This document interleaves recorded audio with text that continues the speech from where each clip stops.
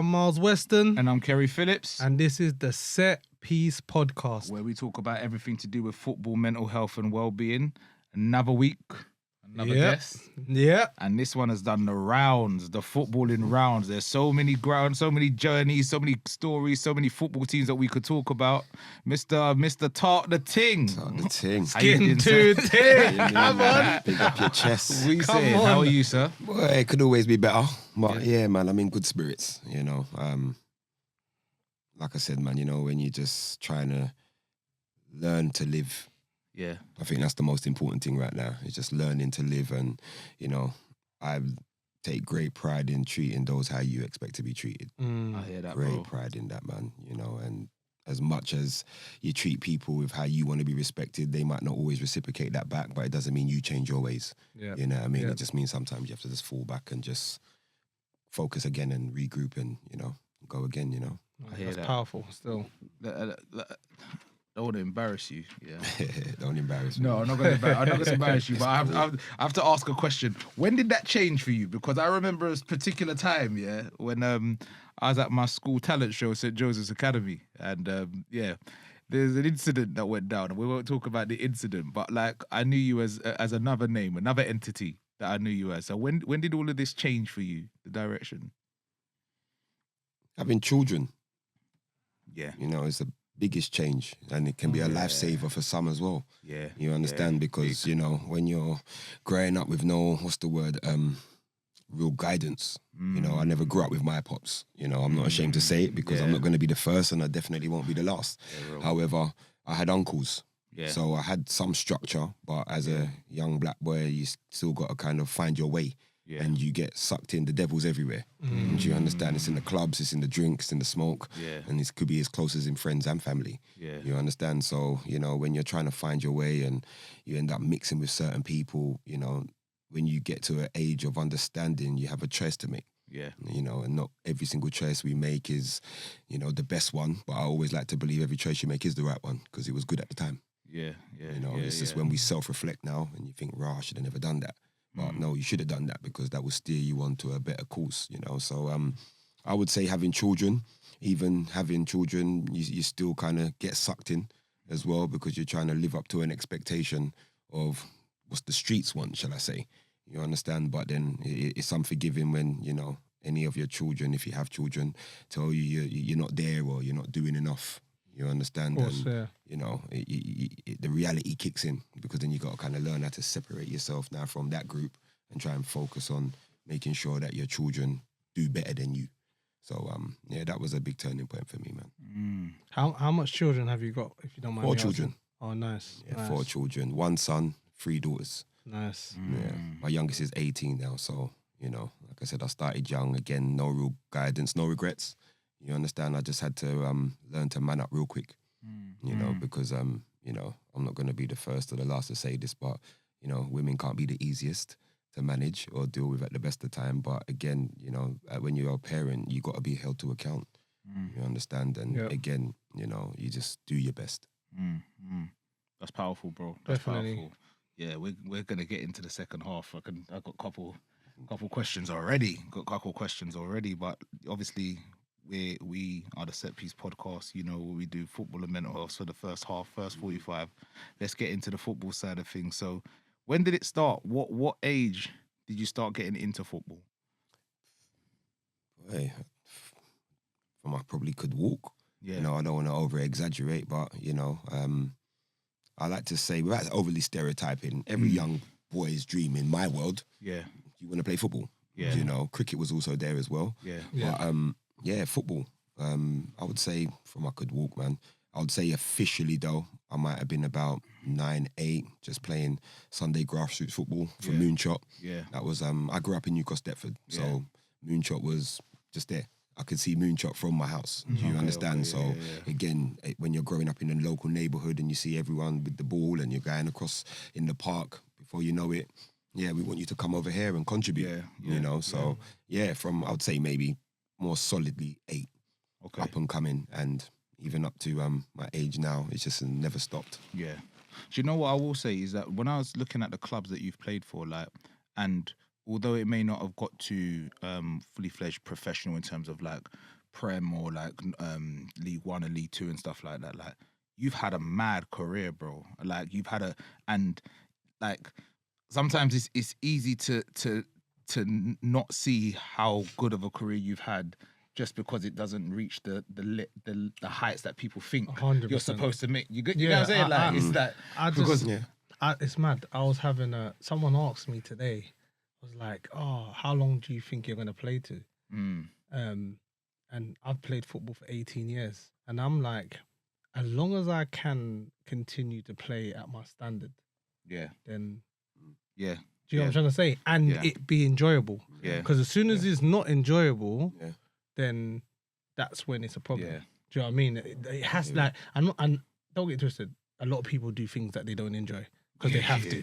Yeah. But you see, when it comes to football, if it's something that you love, then it's just gonna even be better, innit? Yeah. Do you know what I'm trying to say? 100%. So I mean, for me, the football, what drove me, I'd say, in the middle parts of my career was money. You know, because again, young, black, children to feed, money, contracts were imperative. Yeah. That's how I survived. I never had a job. Right. So again, your wages is what you need to balance out Right. how Okay. you're spending it. Do you understand that? Whether that's getting paid weekly, every 2 weeks, every month. But then you're still enjoying it because of that passion. It's habit.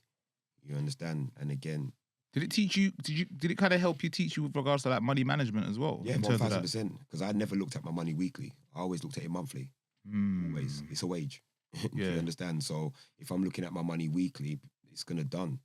If I look at it monthly, then I get to plan effectively. Because I know now if that club is paying me monthly, I need to balance that out throughout the rest of the month.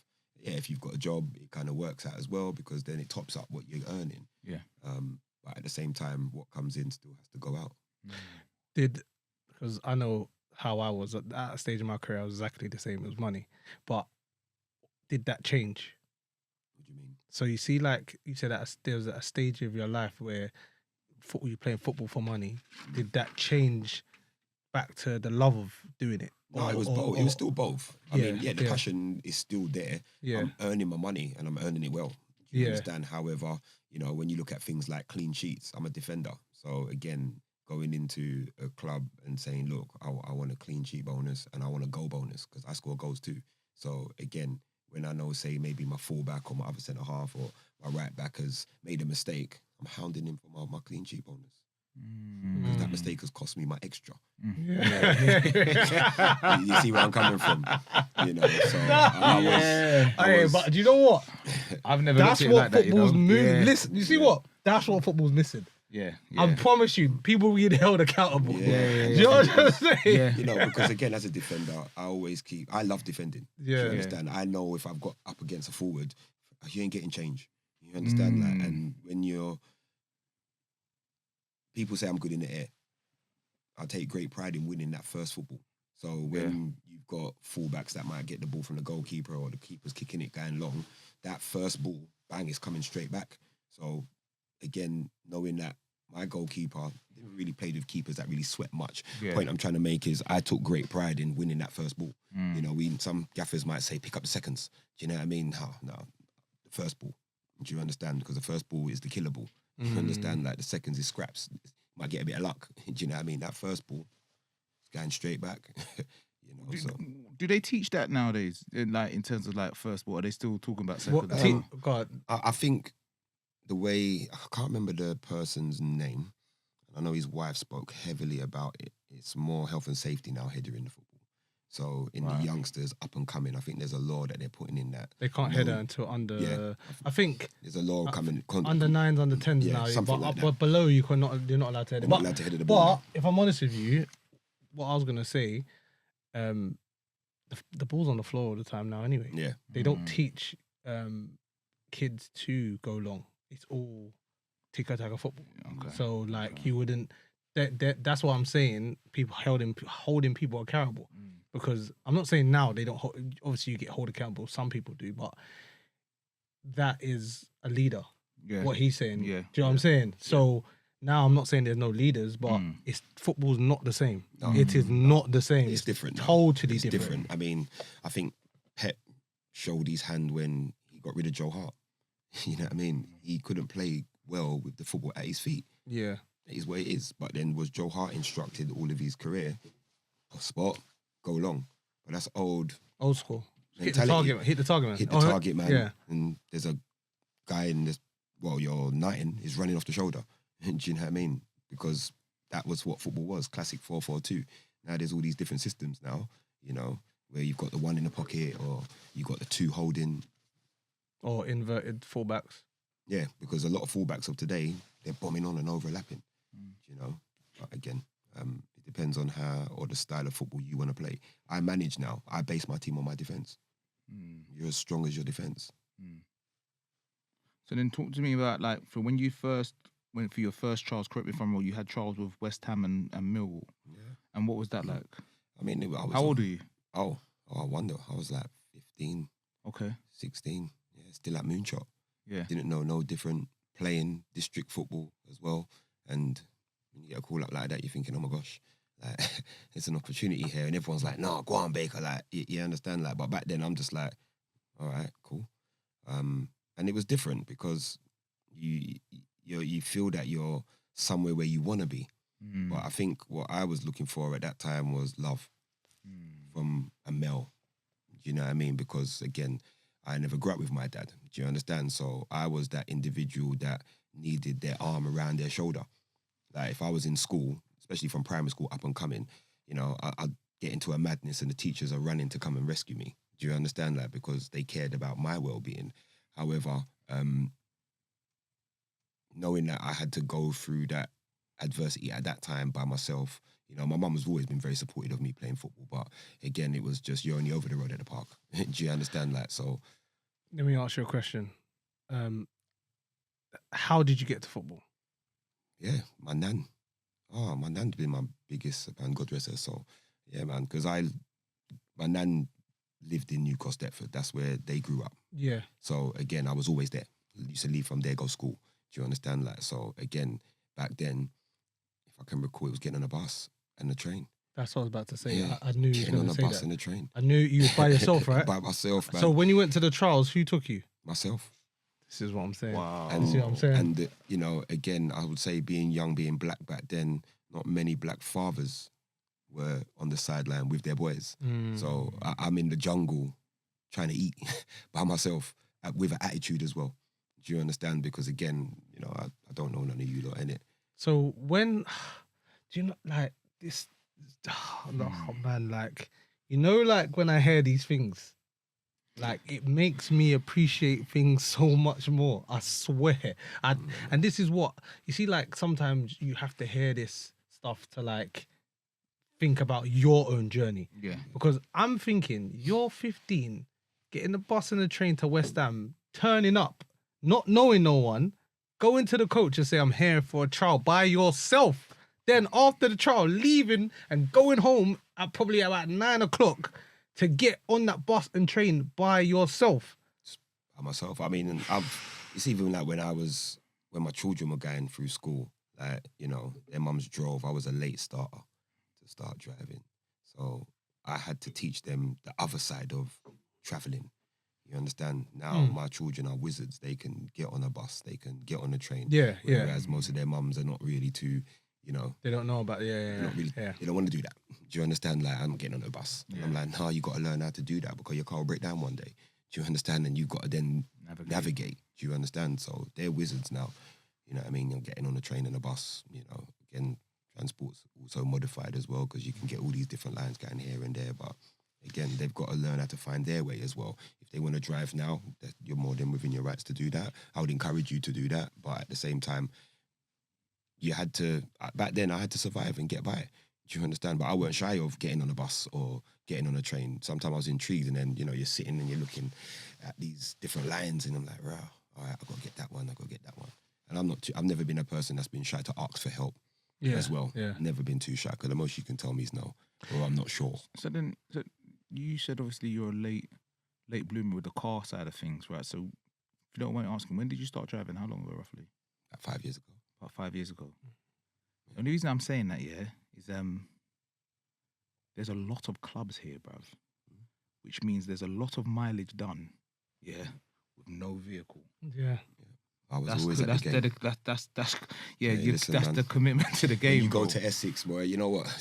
I never forget there was one time when I was at Gray's Athletic and we moved ground and we was at East Thurrock's ground. Yeah, just off of the A13. Yeah. And I ain't shy of getting on no train. Yeah. And I couldn't get a lift. So I was like, you know what? Jump on this train. You're still in South, right? Still in South, yeah. But he's still from Lewisham. Stanhope La Hope. That's Lakeside, basically, isn't it? It's the train station. Yeah. But when you're Googling, you're like, that's only like, it's not that far. Because the map, you're looking at the map. Yeah, it's not visually, that far. Yeah. Map, not that far. Bro, I've got there to the train station, come out the train station. When I've done the map to actually start my walking, 45 minutes. I said, you know what? Yeah. And I'm very, what's the word? I'd say OCD when it comes to timekeeping. If there's a time there, I'm early. Just like when you saw me just now. I'm outside and I'm prompt. Yeah. Because I've got time to relax. So I've made my journey, made sure that I had more than enough time to calculate, not so much 45 minutes, because that threw me off guard. Yeah. This time again, my money's my money. Like, I ain't trying to spend an additional money. I've already paid my train ticket. So I'm walking. You two will get along like a house on fire when it comes to time. Listen, I ended up having to swallow my pride and get a taxi. And I asked him, how much is it to get to East Thurrock's ground? He said, oh, it's only £6, mate. I said, okay, no problem. Pay the £6. No more than at least 6 minutes. Do you understand? Yeah. So you can see, you know, sometimes you make those type of sacrifices, but when money's tight and you're factoring in what you're spending, you got to, like I said, be held to account, because there's no excuses for lateness, in my opinion. You leave early enough. Early enough. And when I went to, with football, I always factored in 2 hours clean before the meet time. Yeah. Our meet time's 1:15 Saturday. Some teams are 1 o'clock, 1:30. At Gray's, it was 1:45 meet, because we train several times a week. Do you understand?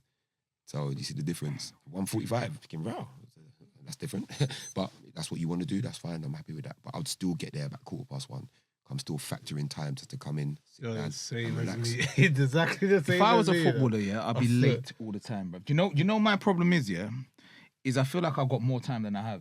Never. So I come out the shower, right? And my problem is that I feel like it's time to just sit on the bed and just reflect. But let me give you reflect in the shower. Yeah. But if you got fined, you wouldn't. Yeah, for real. Yeah, this is why you wouldn't be late. Yeah, if they said to you, match for real. day, you're late and £100, you're not going to be late. Yeah, you're right. I promise you're not. Yeah, I got fined, you know, many times, but it was only very minimal though. For being late. No, I never got fined for That's being what late. I'm trying to say. The My lateness fine one would be something like, I don't know, forget to bring one of the items that might have been requested in like the team little banner. Yeah. Do you know what I mean? Like, you know, you must bring an item of this or an item of that. I'm like, oh my gosh, I haven't forgot that item. But the basic standard things like shower gel, flip-flops, towel, clean boots. That's another clean thing. boots, you know what I mean? Fresh trim, all them little things there, you know, everyone get caught up with the trim back then. Well, I would say when I had hair, do you know what I mean? But, you know, after a while, it's all part of the banter. So what was the first club that you started playing for where you started getting paid? Oh, Cray Wanderers. Cray Wanderers? Yeah, man. So it just started straight from then? No, I sat down on the bench, you know. I was... And how old were you? I would say I was 22. Okay. Because I fell off. And the reason for falling off was children at that time. And, you know, the adversities of all my days. Like, I need to earn some money. But I was still playing Sunday football. You know, I moved on from Moonshot to go and play for a team called Carib. You know, that is quite big in the community as well. Under Lee Lang, God rest his soul.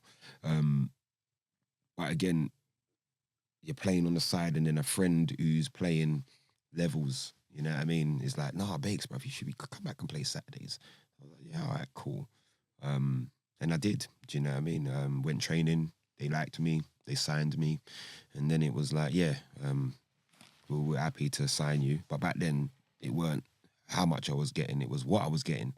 Do you understand? Because I didn't really know how the money side of football worked back then. I'm just seeing this envelope after games with these men on the table with their names on it. And I'm like, you're kind of intrigued, like, well, what's that? And then before you know it, you start speaking to a few players and no one tells you how much they're getting. Do you understand? Like, that's just a sacred thing. Some people Unwritten are quite... rule, innit? Yeah, some people just are... in general. In general. Okay. Some people, you know, they're quite brazen with saying how much they're getting, but everyone lies in football when it comes to money, you know, because some people say they're getting this, they're getting that, and before you know it, they're getting shirt buttons. Do you understand? Like, but I was getting no buttons. So getting a little envelope, I would say I was at Cray for... maybe almost 2.5 years I was at Cray for. Yeah. And the first year, no bread. No bread. It was just... You playing more on the bench? I was on the bench. Yeah, I was on the bench, coming on and off, getting a little 10-minute here, getting a 15-minute there. I wasn't a front runner. No one knew who I was. And that was fair. I accepted that. But what I didn't accept after a while now is that, I've been here for a hot minute. I'm traveling. You know what I mean? I'm spending my own money to get to games. And then it got to a point where it was just like, you know what? Yeah. Get back to being confident again and believing in yourself. Because, again, ain't no manager going to come and speak to you. You've got to learn how to speak to them. Do you understand? Because, again, no dad around you that will say, look, my boy needs to play. Do you understand? I had to find myself. So I'm leaving football, cursing all different kind of names under the sun because my time's wasted. But I took great pride in knowing that, I'm going to go and play with the man them on a Sunday. Do you understand? So that kind of made up for... Oh, so you're still playing Sunday Yeah, as well? still playing at that time. Yeah, of course. Because for me, it was just like, it's football. I still loved playing football. But then it was almost that escape from being a dad as well. And then I started finding I get a little part-time job now. Do you understand? To try and, bring in extras. So, So after Cray, is it one of those things where it's like you weren't getting the game time? Did you break through into the team and then move to Dulwich, or was it... No, it was quite calculated, funny enough, because I was starting to get money at Cray. Do you understand? Like, but I wasn't still a front runner. But what happened was we was playing Maidstone because Cray used to share ground with Bromley at the time. So what was interesting, we had Maidstone in a cup, and it was, someone got injured in the warm-up. So these times, just like, look, June, we're starting you. I'm going to play you up front. Because I was a winger then, trying to be the hero. And then what was interesting was started the game. Everyone's like, bloody hell, who's this? Because you're getting all different kinds of people coming down now. And you can hear it. And you can hear what's going on, but I shut that out because I'm trying to focus on what I've got to do. And it was a player named Michael Power and Gary Abbott. Me and Michael, we were the same age. So they were front runners. So I remember him playing a 4-3-3. So I was on the left wing. And then he changed it, and then I was up front with Gary, and Michael was out on the left. And the balls just come in the box, and I bagged. And I won the game. We won the game 1-0. And then from then, I would say the next 7 games, I scored in every game. We played AFC Wimbledon FA Cup. Lost 6-2, but I scored to make it 3-2. But they really went up 3-1. Rasped it. One of them ones there, like, where although you're losing, man still was giving it like one of them. Of course. Long story short, went to Leatherhead, had an opportunity, headed it, just went wide. That was to level the game 2-1. The next game, bench. So it almost came like the gaffer couldn't drop me because I'm scoring. I was trying to find every reason to drop me. So as soon as it Wait, before you move on,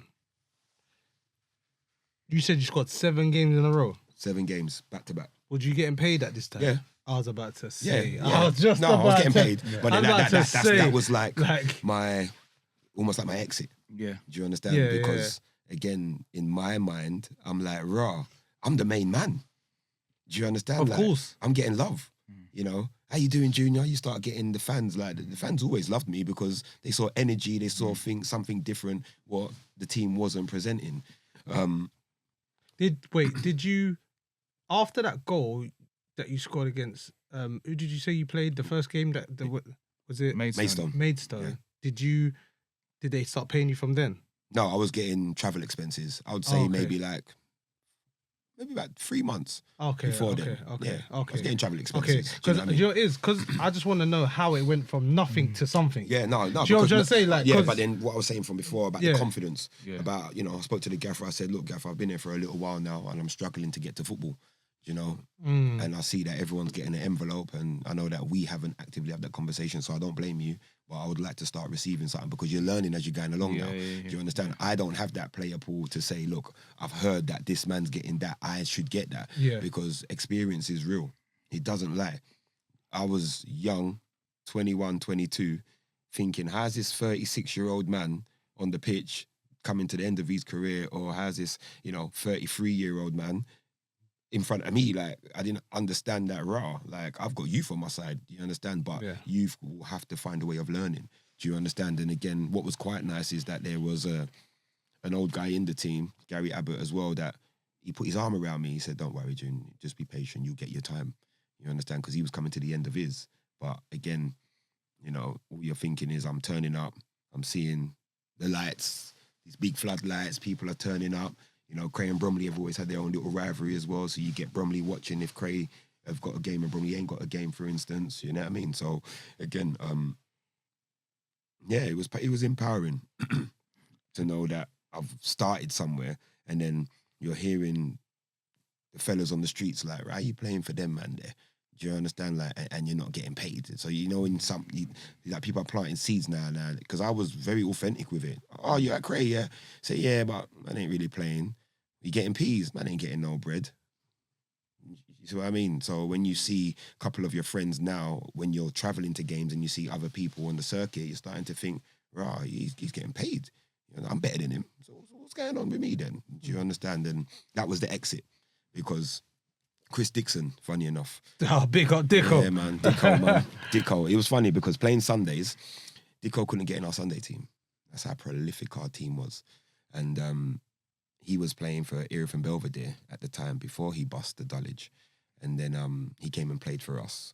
He was playing for a team called Mottingham Village at the time. But then that was just like semi-pro ball, central, Anton Stephenson as well. You know what I mean? So there was players all over the place. However, Dicko was at Dulwich, firing all cylinders. Do you understand? Like, imagine he's left from Erith and Belvedere, first Saturday club, and then gone to Dulwich. And I think Chris scored. That was the move that got him to Charlton. And I said, Chris, because he turned up on Sunday. And I was like, bro, I said, get man to Dulwich, innit? Like, see what's going on. So it was funny because the exit out of Cray was, look, I'm not playing. I'd really appreciate it if, I can move on. But Gary Abbott managed to get a job at Sittingbourne, so I can speak this into existence. So he was at Sittingbourne at the time, just got a gaffer role. So he's come out of playing non-league football now, got the gaffer job. And I was like, I was going to go and join Gary. Do you know what I mean? How do you fancy, me going and playing for him? He says, oh yeah, that'd be good for you, June. So that already showed me you didn't want me because you was just happy for me just to go. Yeah. So if anything, that is, I'm getting that money back now. I can put that energy into another player. Long story short, that same week, spoke to Chris, and then he was like, look, I can speak to Wayne Burnett, because Wayne Burnett was a gaffer at the time. You got Wayne, I know Wayne as well. And then he said, don't worry, Bakes, I'll look after you. Long and behold, Chris ends up going to Dulwich, to Charlton, and then Wayne Burnett ends up going to Fisher. So I'm like, oh my gosh. But then Craig Edwards came in and was the gaffer at Dulwich Hamlet at the time. And then what was so wonderful, there was another player that ended up going to Dulwich, and he was like, yo, Bakes, I can get you down here, I was like, yeah.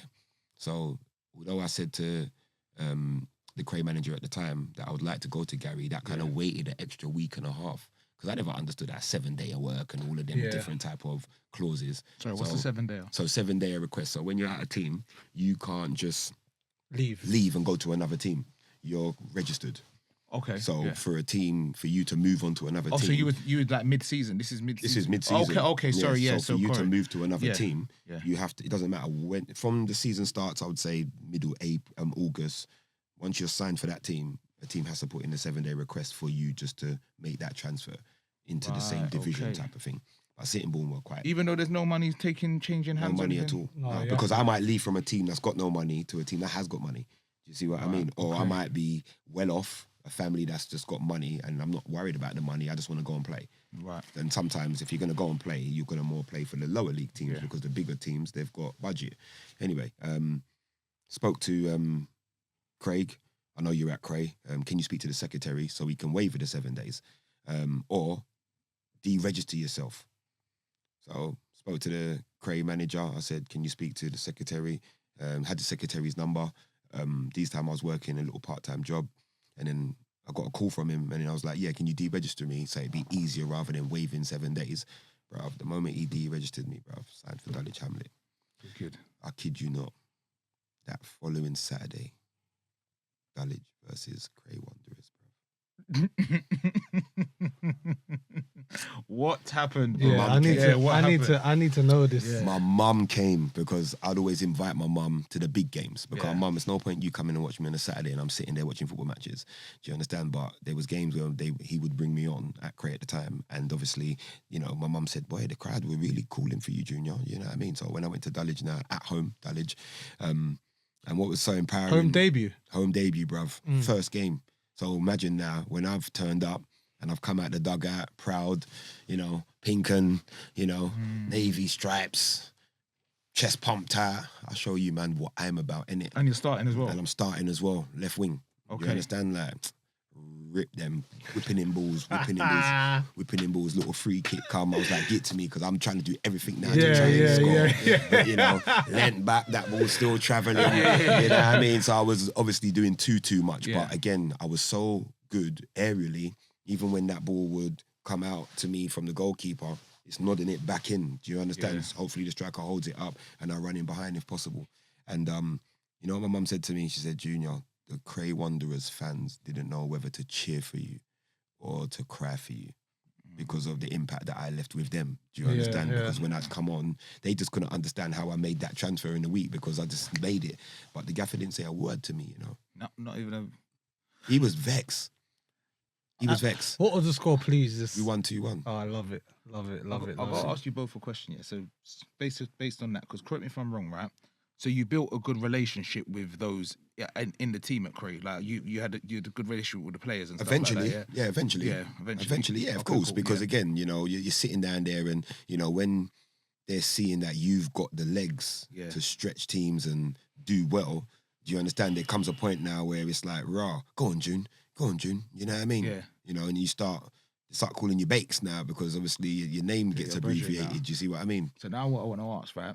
You know when you've been at a club and then you go and play against the club that you played for, and you know you've built a relationship with the players either side, but now you know their weaknesses, like because you've already trained with them and stuff like that. What's that like? Is because I'm sure you've had friendships where you're like, okay, now I'm going up against you, I'm going to have to rip my brethren. Like, or I'm going to have to really do certain things. Like, the way you're smiling, says to me, there's some stuff like, what's that like? You know what? There was times where I weren't driving again. Yeah. And I would meet friends that played on the opposite team. And I'd be like, look, bro, I'm jumping in with you, yeah? I said, yeah, that's calm. And we're driving to the game together. Do you understand? And know full well and then you're the opposition. But then on the pitch. But on the pitch, I don't know you. Right. For 95 minutes. I don't know you. Do you understand? Like, and again, you know, sometimes you might be on the other end, might be a centre half, I'm a winger, wherever you are on the pitch, you know, you're still brethren after the game. Do you understand? Yeah, I know it's like my thing is not even your friends, it's more the fans, isn't it? Like, yeah, it's pride. Like, you see, like, and look, the manager didn't say nothing to him, so that shows. He didn't say a word. He was like, because what it is that I conned him. I told him I was going to sign for Sittingbourne. Right. You see what I mean? So me deregistering, going Sittingbourne, he got a taste of his own because I'm only presuming that you lied to me enough. Yeah, June, sorry, I'm not going to put you in the squad today, you know. Because there were some weeks I wasn't even in the squad. Do you understand? So I'm looking like, bro, what's going on there? Do you understand that? And again, although I'm travelling far places, I'm still committed that I'm playing football today. Yeah. Do you understand that? Because again, some managers, they call out the team at different parts of the week. At Cray, they named the team at training. So I already knew on a Thursday evening, bro, that I was sitting on the bench. Yeah. Do you understand? So I'm just like, flipping hell, what do I got to do to get in the team? So that game midweek against Maidstone. We had the Saturday game. We turned up on the Tuesday night and he told out the team. So obviously I'm on the bench, but then in the warm-up, player got injured. And so it was like, look, June. It was almost like that desperate player to say, look, you're going and show us what you got type of thing. You know, go and make sure you run him down and, you know, this is your opportunity type of thing. Even like what you're saying, like going back to a club that you've played against or you've had a relationship. That you had a relationship or players. It all depends on how you left, innit? Yeah. I think like if you leave on good terms, then you'd be hoping that you go there and get a good reception. And playing against players that you know, it's tough on both sides because you train with them, innit? So they know how you play. Yeah, do you know what I'm saying? That's what I'm more kind of getting. Yeah, it's tough, but another thing, like I'll give you an example. This season, I played against a previous team, and I didn't even leave on bad terms. They was booing me. Yeah, I remember. Yeah. You know what I'm saying? Yeah. But it happens. You see how Junior? I'm obviously man. No. I've seen the clip, bro. Yeah. I've seen the clip. You see, like how Junior wanted to. I wanted to prove a point. Yeah. Because I'm thinking. If you've got the short straw, I didn't leave on bad terms. If you've got the short straw, I mean, the thing is when you leave and go somewhere, you kind of hope. It depends on where you are at in your career. Are you trying to revive it? Do you understand? Like, even if you're playing at the teams in the lower level, you still knowing that you're playing consistently, you still want to impress. Do you understand? Like, but again, it was so interesting leaving Cray in the manner that I did, because when I was at Gray's and I was just flourishing and shining, he messaged me and asked me, would I like to come to Cray? Is it really? Of course.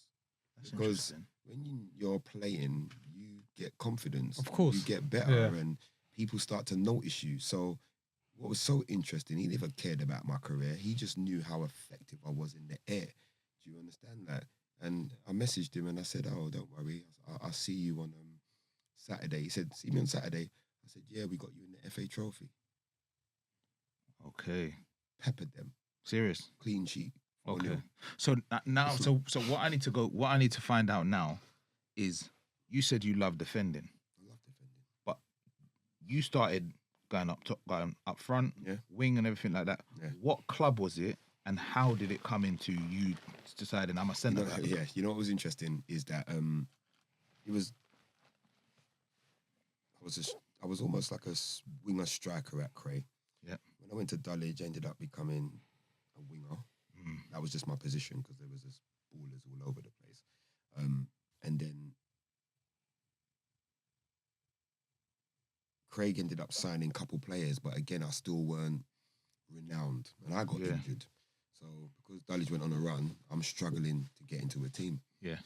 And it was hard because I'm just like, oh my gosh, I hope we're not back to this space again. Do you understand? Like, where I'm sitting down watching football matches, but you can't begrudge the man them because I know that player's earning these stripes. But I was getting respectable money too. So these times I'm like, right, you know what? I'm happy getting my full bread though. Do you understand? Sitting on the bench. And then you start hearing that you can go on loan. So you start thinking, right, if I'm not getting in the team, then at least I can go and get minutes elsewhere. And then Thamesmead Town. So I had a friend down there who played with our Sunday team. So the team that I was saying that Chris couldn't get into at the time. And then he was like, yo, Bakes, I'm at Thamesmead Town, you know, do you want to come down? Like, you know, there's only a couple games left at the end of the season. There was 11 games. And I said, well, what's the position though? He says, it's winger, but more wing back because they played 3-5-2. So I was like, all right, cool. I'm playing football matches if that's the case. So I went on loan. And then I started 11, scored 7 from wing back. That's crazy. And won them the league. Mad. And we won the Kent Cup. It's actually on YouTube. And I scored as well in the final. Right. But what was interesting was that because I was playing more wing back, people don't understand that wing back is also very defensive as well. Yeah, it's both. You have to do So that. there were some games now where the gaffer at Thamesmead would say, look, Bakes, I need you to fill in the gap at left back. We need to kind of solidify. And I was happy with it because we're playing. Do you understand? I'm playing. That's all that mattered with my weekends. And because I'm on loan and I'm coming from Dulwich and this Kent County, I'm getting even more respected now. Are you left-footed or right? Left-footed. Okay, cool. And I think that's how my career propelled. I always thought you was a right footer. Because the balance. Do you understand? Like most clubs, I mean, I'm watching, you know, most clubs, and you got two right centre halves. Who decides who's playing where? Yeah. Do you understand? Is it the one that is confident with his left foot? Yeah. Who knows? But again, I always struck that balance in teams because I was left foot, so you could give it to me and I'm going that way. Do you understand? But if I was playing with somebody that was left foot as well at the back, I would go on the right side through experience of managing, because I want him to make sure he's comfortable opening out and going long. So yeah, from Thamesmead, that season, I loved it. Won the league with them. I felt like I'd won, you know what I mean? I achieved something. So I stayed with them. And then I went on holiday, come back from holiday, and then go and sign one left back. Gaffer, what's going on? Yeah, I know June, but you know, he's really experienced. And I said, what does that matter to me? I'm here, you got me on loan. I was your second top goal scorer. Do you understand? By scoring 7 goals. On wing back. Do you understand? And scored in the final to lift up the trophy. Furthermore, I scored the winner. How about that? So then you're starting to fish around. And Anton Stephenson, it's funny because he was like, yeah, Bakes, I'm playing in Essex, you know. Like, Essex? So where's that? Do you know what I mean? Like in football terms. Yeah.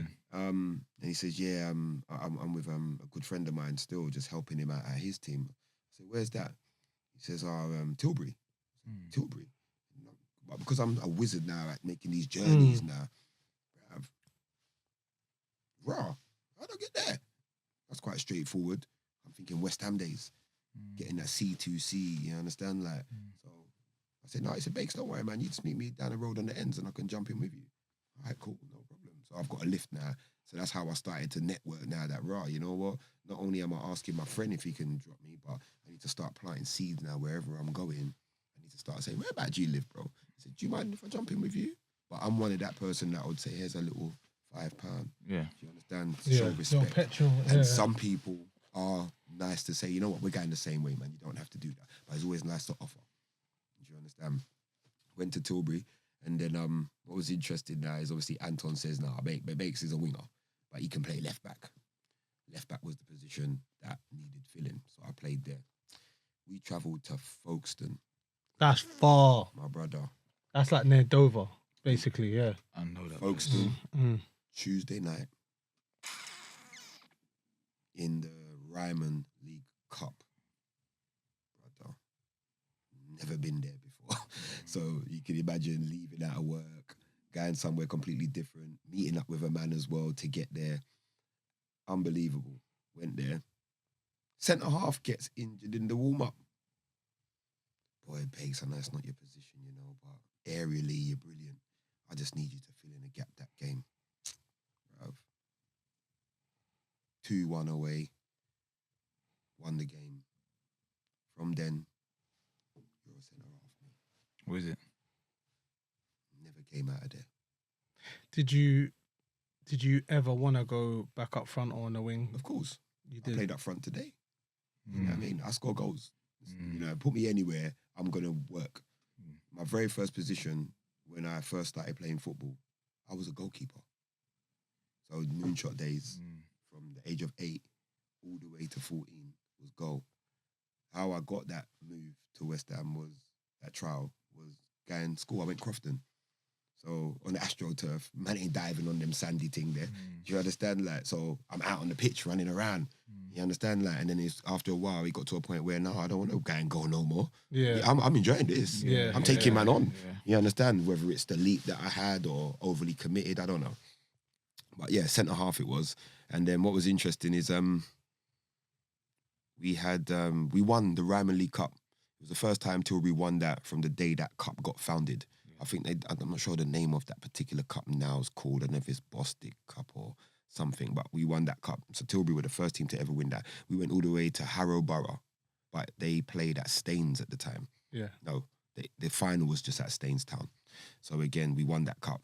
Unbelievable, man. And we were the underdogs because we were the only lower league team in the Ryman. Everyone else was Ryman Prem at the time. So we ended up beating your Margates,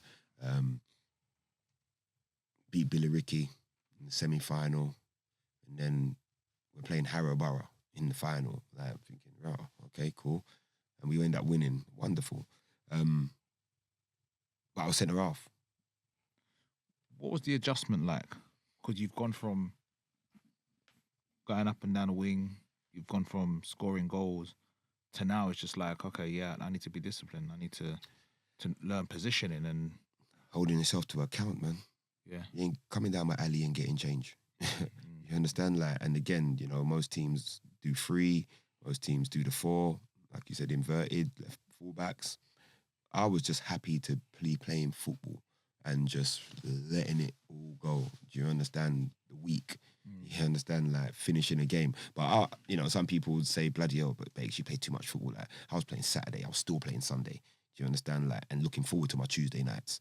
Do you understand? Like, but then we ended up playing Grays in a pre-season friendly. Yeah. And centre half was just doing my job. And then that's when my career just went choom. Serious. Because most of my career has been Essex. Yeah. You know, again, when you look at your Tooting Mitchams and all those teams that are more southbound, where the man them are more prone to go to those particular clubs in the local area, you know, the Mershams, like everything, I was renowned, or I would say well known for what I did in Essex. Yeah. And centre half never came out of there. All these scars here, put in my head, you know, dying for the cause, love defending. Yeah. But I'm a talker as well. So I'm communicating as I'm also, because I don't want to lose. I remember my bonus is everything. You understand? Like, because you're getting win bonus, I'm getting a goal if I notch up with one, and a clean sheet bonus. So on a good day, I'm winning and cleaning. You know what I mean? At the same time, that's a perfect. Well, the perfect weekend was score a goal, you know, goal bonus. But I was renowned for scoring last minute winners. Do you know what I mean? Because whenever that ball comes in the box, bang, you know, I'm there. You know, so yeah, man, it's been a good ride. So everything that you've learned, because we're coming into the second half, we're coming up to the end of the first half. Everything that you've learned, I'm assuming now you've taken that to where you manage now at Kenningwell. And how are you shaped as a manager now because of the experiences that you've probably had with like other managers in terms of like treating people? Because something that you mentioned off here, that when you played, you're more interested in trying to get the young boys to play more than you, although you're player manager. Do you know what? We always keep saying, try to be the best version of yourself. Be the manager you want to see. I know everyone on my team. Not only do I know everyone on my team, I know who's got children, I know where they work, I know where they live, and I know who drives and who don't drive. And I also know who doesn't, who struggles, you know. It's the man management. That's what is missing in a lot of football managers. Because I'll be honest with you, it's like what I said to you earlier on, I don't like being late. Being late is an excuse because the managers in football, especially in non-league, they don't care about you as an individual in your personal life, because from you turn up on a Tuesday on time, Thursday training on time, and Saturday at a game on time, you're not questionable to nothing because you're there. How you doing, mate? You all right? I say, yeah, I'm all right. You're there, you're present. But when you're late, my lateness was subject to, am I going to be dropped? Am I going to be on the bench? Furthermore, am I even going to be in a 16? So I need to make sure that I'm giving these man no excuses. Do you understand? Like, and to be able to now use the word transferable into these young people. I was a young black boy in the changing room with no one putting their arm around me. I got told, liven up, you understand? Like, it was tough, it was brutal. Whereas in today's time, especially with the younger generation, they need someone to put their arm around them and have some trust and belief in them. You understand? Because again, that's how they get confidence. And God knows what they might be going on in their life. They're not so outspoken. They talk through the phone. Do you understand? Like, they don't talk verbally because the phone is consuming everyone now. So can I ask you then, like, so something that you said key, I know we're coming up to the end, but something that you said that was key was that you didn't have anybody to kind of put your arm around you. So you kind of just got on with it and just had to do it. Do you think some young people lose that sense of like resilience, if you will, like in terms of always needing somebody there? I'm not saying I'm not saying it's a bad thing, but do you think that young people don't get that if they've not had somebody, not not being able to just kind of even learn how to even navigate when there's a difficult situation. Does that make sense? Yeah, I mean, they can get it. It depends on who they surround themselves with. You understand? Like, I never grew up with my dad, but I had many fathers around me, uncles. Do you understand? Like that, they never take no foolishness. You understand? Don't bring no shame to the yard. So again, knowing that there's, you know, some friends or young people that may have their fathers around, when you're surrounding yourself in a good environment, it brings the best out of you. Do you understand? Like I said, I had to separate myself from the roads to now have a focus, because out of all my peers, my children are the oldest. You understand? Like, so I was that first one to have children, and my life changed. I had to separate everyone now and still kind of touch base with everyone still, because I didn't want to lose sight of, you know, the banter or what's going on. But you make choices. You understand? Like, and again, some choices are unforgivable. I don't like saying sorry. So why am I going to put myself in a position to say that? Because sorry means I've done something wrong. Do you understand? Like, so treat those how you expect to be treated. If you wrong me, I'm going to tell you wrong me. But I'm not going to embarrass you in front of people. I'm going to put you to one side. Because you might not be able to take that level of embarrassment, but you felt that you could embarrass me in front of people. I'm going to be better than that. I'm not going to give you what you gave me. I'm going to put you to one side and say, yo, my brother, I'm just letting you know you disrespected me. Yeah, what you take with that, I'm just letting you know. And then I know how to kind of micromanage you better. So in terms of the life skills, I work in a secondary school. I work with young people. So my job is, I'm fathers to many. Do you understand? Like, but I'm trying to be the father that not only that I didn't have, but trying to be that guidance for you, which is key for any young people up and coming, especially playing football, because I'm that same person who they were, if their story is they got absent fathers. But again, with the man, them, you know, the dad's not really into the football thing like that. You understand? Go on if you want to go and do that. Do you understand? Like, you know, but it's a lonely place if you ain't got the right people around you, because you're trying to find yourself and you're hearing that, oh, my man's getting that mad bread, I should be getting that bread. No, I had to learn that way of, you need to get the experience. And I've always said to players, sometimes that you have to drop down lower, boss it up. You're playing regularly, you're getting more confident, you don't know who's watching. And that's what happened with me. I didn't know who was watching, but I always had the right attitude though, because I never belittled anybody. I never cursed after anybody purposefully, because I learned in a changing room that it's not personal, it's business. I ain't going to fight you when we're on the same team. But if me and you are beefing, the other team's winning. Do you understand? Wow, yeah. That's big. Well, yeah, bro, listen, we could go on with the football side of things. We're going to touch on something about Kenningwell later on, although we're going into the mental health side of things. We're going to touch on something because we want to talk a bit more about the sponsor. You know what I'm saying? We're going to talk a bit more on how that came around. So we're going to take a little 5-minute break and then we're going to come back for the second half. Respect. For anybody out there that may have heard something in the first half, you might be struggling, you might need that safe space, you might need that support. Feel free to contact the numbers that we've got on the screen here. Like I say, we always talk about basically encouraging people to speak. So those are the numbers there. Get in contact, find that help.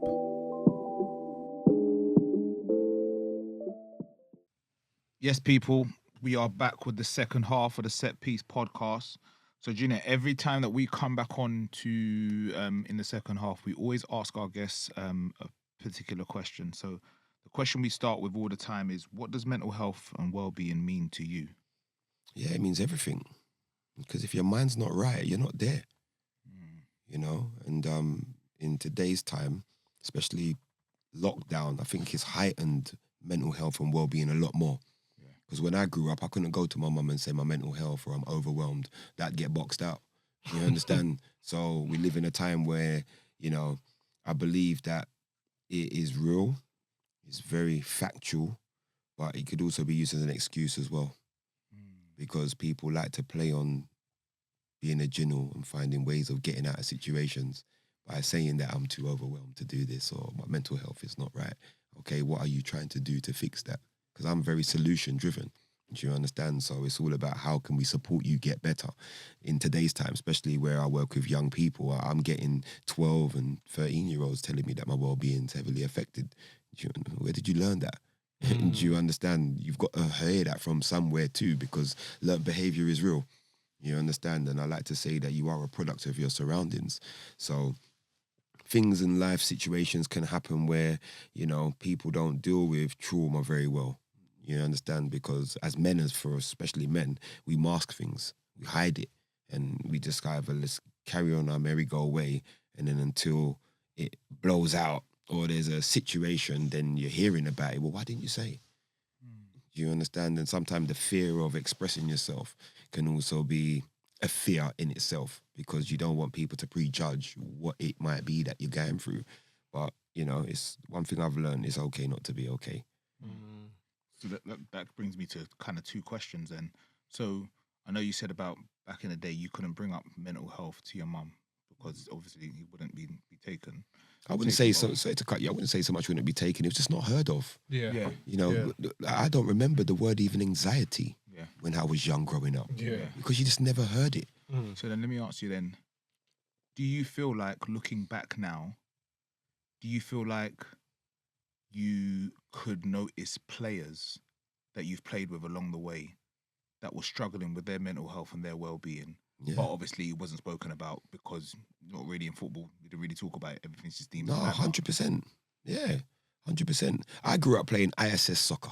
International superstar soccer. Pro Evo. Yeah. Now, the point I'm trying to make is when you were trying to select your player in the Master League, there was arrows.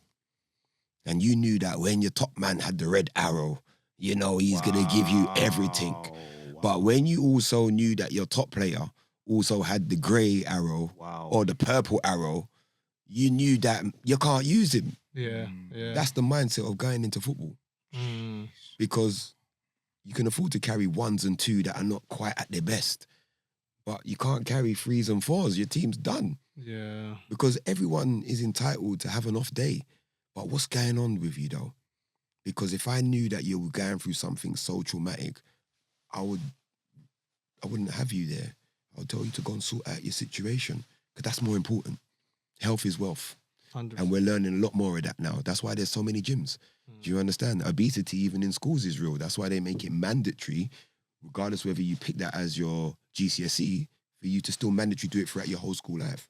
So staying active is also heavy in well-being. So they put in gyms in these new buildings that they're building as well, so that there's no excuses to say, well, boy, you got a gym down there. You can go and use that. Do you see what I mean? So looking at the man then back then, now I'm thinking, wow, why is my man moving like that? And then as soon as man takes a knock, man's ready to put his hand up and ready to fight someone. What's going on? Do you understand? But I was like that. I was like that. Do you understand? And looking back now, thinking, who really spoke to me like that? Do you understand? And tried to correct me. I found love in the game.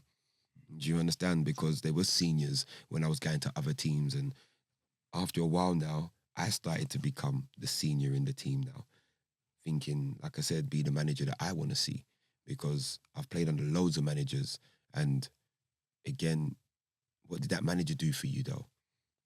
To try and help you or make sure that you're all right, because all it takes is one good manager to have you under his wing, and wherever he goes, he gonna bring you with him. Do you understand? Because at least that way, if he's, I wouldn't say big time, but if he's well-renowned, he's always going to get a job somewhere, and he's going to bring people that he trusts, people that he relies on. And you learn that in football, because you're thinking, how come I'm not playing? But he's brought his mates. And you have to respect that, because again, you're going to bring people around you that you trust. So this is why now, looking back, you bring this sort of energy and this love and this care to your players now. Yeah, 100%. Because of what you did. 100%. I mean, you know what? If you're somewhere and you're not happy, why are you there? It's like being in a job. The sacrifice is, I can't just leave my job just because I'm not happy. But what do? You find a solution. And finding a solution is you start looking for jobs until something better does come, and that's your exit. You don't just dash in the town, I can't be bothered, I can't deal with that. Do you understand? Because now you've got nothing to fall back into. Do you understand? So for the young people of today, especially like what you said, you've got a couple youngsters as well that think that they're better than what they are. They've got to put in the hard work. Yeah. Because I never grew up going to the gym and doing extras. I never knew about 5K run. You understand? And doing 1K run and doing them little extras. Gym weren't really, not that it wasn't accessible, but it wasn't really highlighted that I need to go gym and do extras. I relied on going training Tuesday, Thursday, and doing box to box every week to get myself fit. Kenningwell, correct me if I'm wrong. This is your first proper manager role, like proper managing a Sunday League team. Yeah. So the question I'd have how did that come about? But also as well, was there anybody in there that had like an effect on you to why you're managing the team now? Yeah. Oh man. You know, when I talk about Kenningwell, I get emotional, you know, because you know what, again, I had an absent father. He was around, but he was absent. My dad's not here no more, God rest his soul. But he never ever watched me play football. So imagine that one thing that got me out of all problems in my life. I knew I could go to football and just shut off and not worry about what madnesses is going on or what's going on with my children or my family. Football, I'm there. You know what? I deal with that when I finish. Kenningwell, a good friend of mine brought me there anyway. And then obviously Kenningwell had a reserve team at the time. So it was just like, no, we just want you to play with this, but it was Kenningwell versus Kenningwell. So it was just like a little reserve match against the first team. Mashed them up. But because I was playing centre-half on a Saturday, I could play up front. So I went to Kenningwell as a striker because I'm thinking, I'm defending all the time. Nah, let me just go the other end and run around. So I came in as number 9. Rocked them up, man. That next week, in the first team, never look back. The highlight of Kenningwell is no team in our league has ever won the treble. So we cleaned up, won the league, won the 2 cups that the league present. So again, knowing that I'm at a team now where winning, you understand, winning mindset, and I'm part of that as well.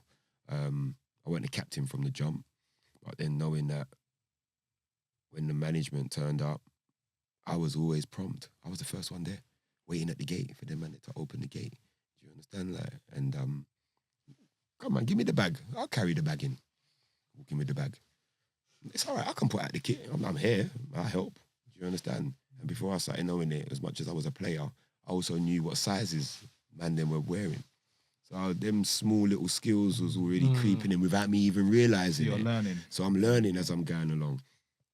And then the captain at the time, you know, life, he decided to go and do his own thing. And then the old boys at the club at the time was like, Junior, you're the captain. Like, me? I was like, okay, cool. Because I don't need the armband to be a leader. Yeah. Do you understand? I still talk, I'm still vocal.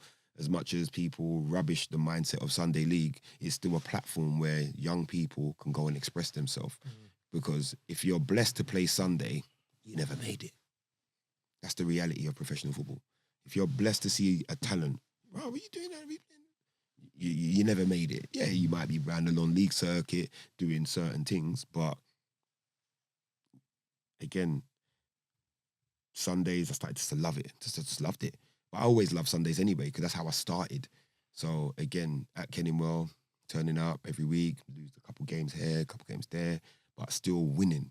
Do you understand? Every year that I've been at Kenningwell, I think there's probably about 4 years in, I would say, the 20 years I've been there, we ain't won anything. So 16 years in total. So every year we're cleaning up. Every year we're picking up something. Because a club like that, knowing what the coaches and managers are doing, all their return is bring back something. So I came to Kenningwell not paying no money because on Sundays, people contribute and pay subs. The old boys took that responsibility from us. They just wanted people just to come and enjoy. Wow. And they provided everything. And I'm thinking, rah, I've got to pay a deposit for my tracksuit on a Saturday. These men are giving man tracksuit. Bag? Rah, I've got to buy my own bag. Or depending on how high up you go, bags are provided. But then I didn't want to look big time and bring my Macron bag to show that I'm about this. I'd rather uniform, structure, stability, come looking like everyone else because I ain't no big time guy. I've never been that. I've got time for everybody. And then with the coaches, obviously every morning, it's almost like if I weren't at the gate, he was like, well, Junior, where are you? Do you know what I mean? Because they're looking for me. But I was always, they might have just picked me to get to games, wherever they may have been. But I was there, not driving as well. And I ended up building a more closer relationship with them because I'm the captain now. So I've got license to, just have genuine conversations. How are you? you start learning more about what they do. And they used to work for the Prince of Abu Dhabi. So they used to chauffeuring business. So they used to drive. And again, when the Prince of Abu Dhabi comes over, obviously the chauffeuring business, everyone, does what they need to do to, you're driving around royalty pretty much. Do you understand? And the funds that they received from those, I would say, helped fund the club. But when you have someone who cares about what they're doing, you end up giving more. Do you understand? So we had Brazil kits. Oh man, unbelievable. In finals, we were wearing Brazil kits. They man love Adidas, they're old school. So all the kids, we just had everything.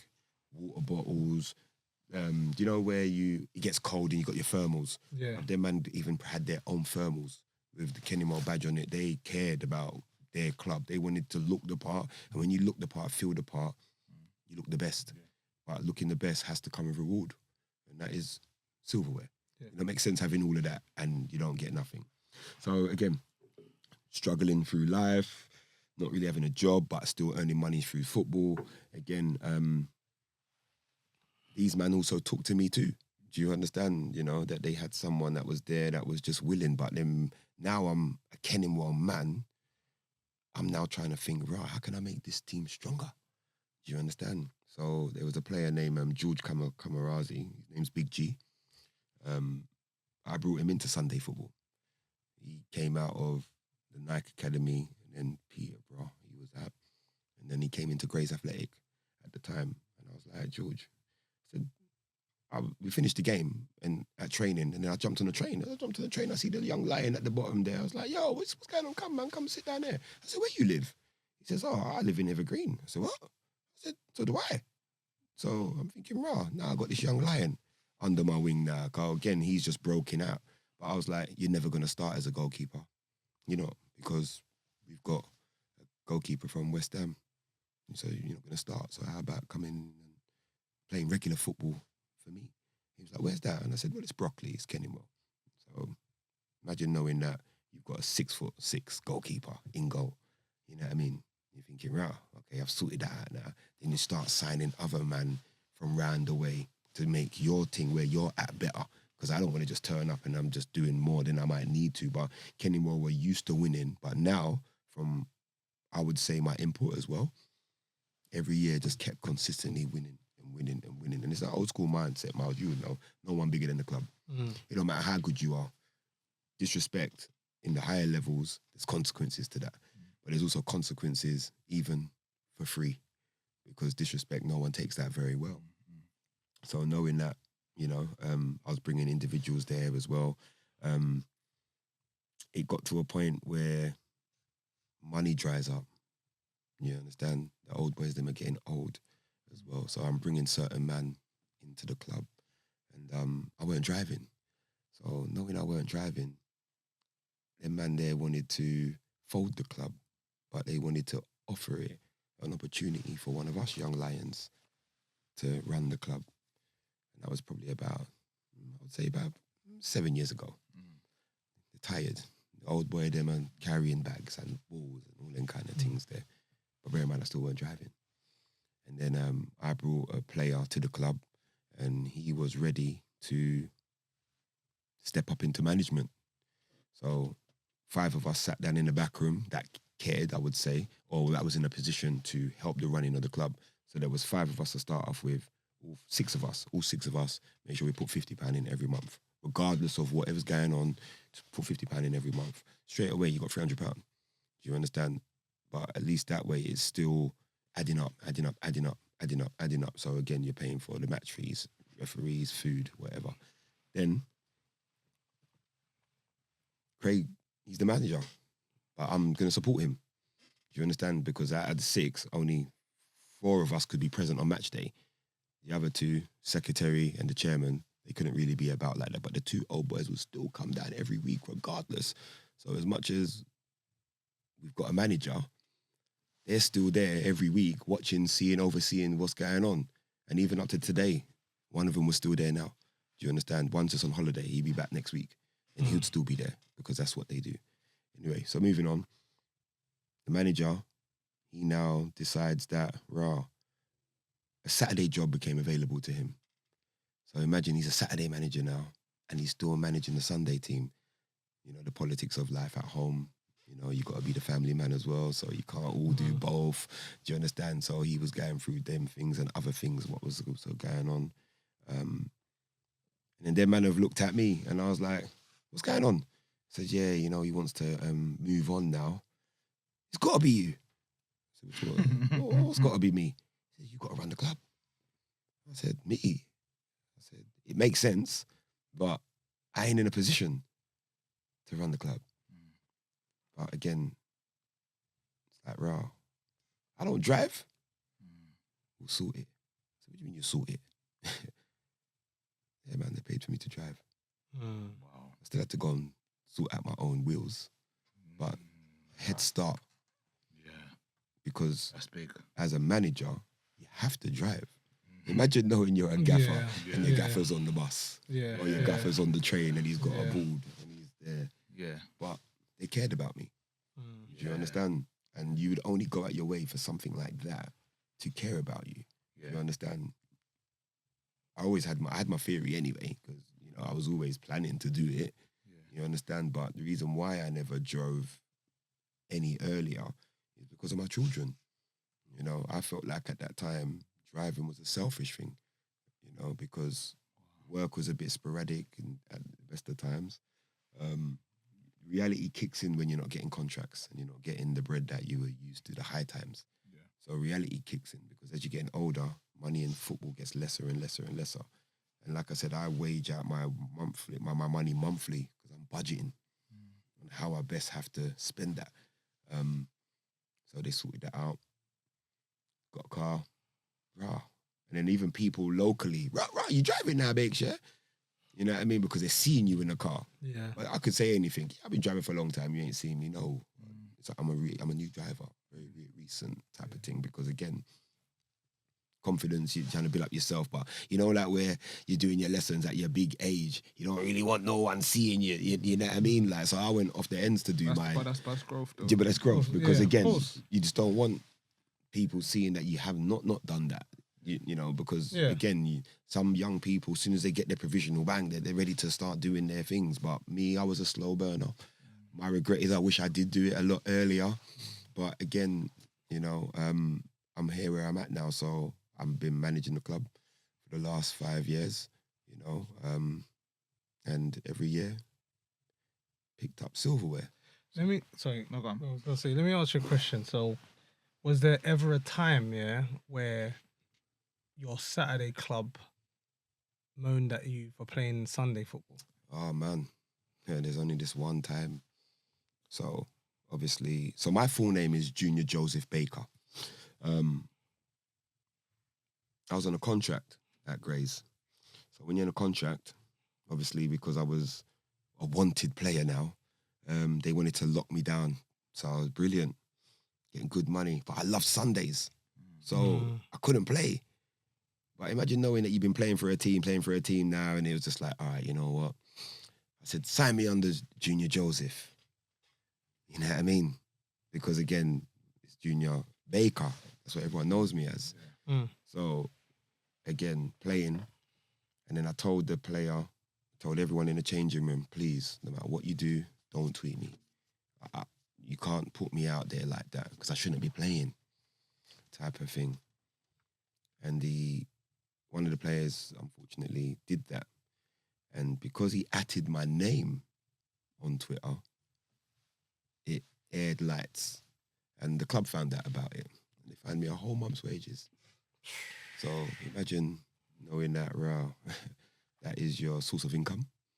You know, could you imagine working where you work and you get fined a month? You know what I mean? And it's visual. You know, because that's when people started to record things and take pictures and things like that. You can't escape it. They find me a month's wages, man. And, you know, I had to speak to him. He weren't, you know, kind, some of the words that I chose to use because you've just messed up my livelihood now. I also spoke to the old boys at the club. And I weren't there for a couple of weeks because kind of fear now that you don't want anyone to come down and see if you're not hearing. And then ended up turning up after explaining what the person had done anyway. But I already had called them and made it clear that he messaged me and they couldn't believe it. And man, I received an envelope from one of the management. I was like, "What's this?" And he said, "It's what you've been fined." I had to wipe my eyes, man. I had to wipe my eyes because, you know, when someone cares about you in life, you understand there's nothing more than you would want to do to try and repay them. Do you understand? Like, and from that day there, I've been hopefully repaying them back with rewards. Because imagine if, you know, you own your own business and you can kind of sit back and know that your business is flourishing. It's legacy. Yeah. Do you understand? Because something you started is still continuously growing. Yeah. And you're sitting back and you're just reaping the rewards.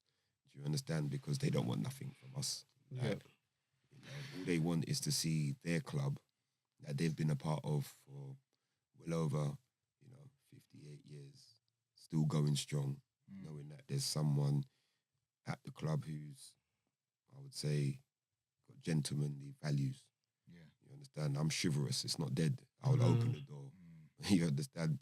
You know what I mean? And again, that's powerful, man. That's so powerful. It just shows you what the power of the footballing community can do. Do you know 100%. I mean? And it's interesting how, and I don't want to put words in your mouth, but so you can correct me if I'm wrong.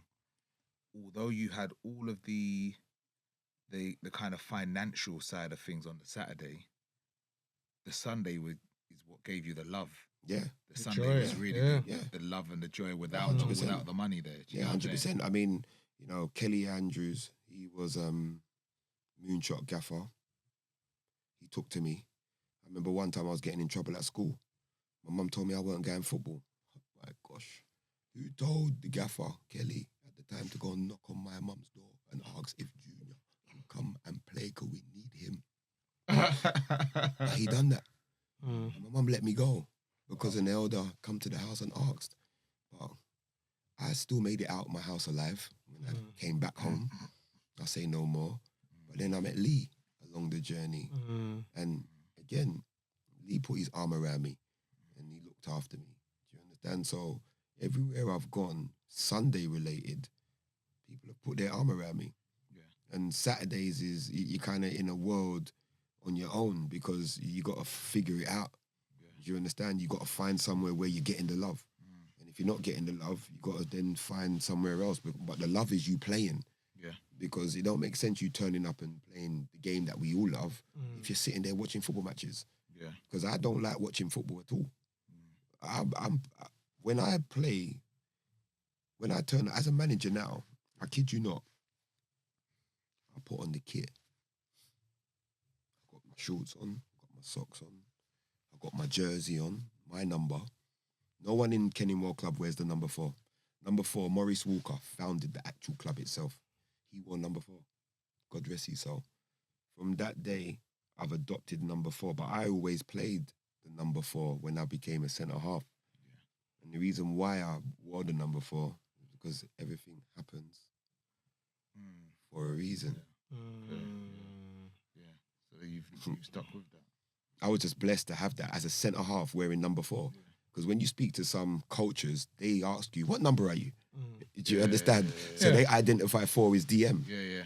Do you understand? Yeah. But I've always had number 4. All my photos, all my pictures, everything that I've had, majority, I would say 95% of my footballing career, I've worn the number 4. And even on Sunday in Kenilworth, no one touches it. That number is mine. Yeah. Do you understand? So again, I don't get all superstitious about numbers and things like that. One day I want to be blessed to say, you know what, this is for you. But whether I'm involved or not, I still wear that number 4 shirt under my kit because this is our Sunday tracksuit.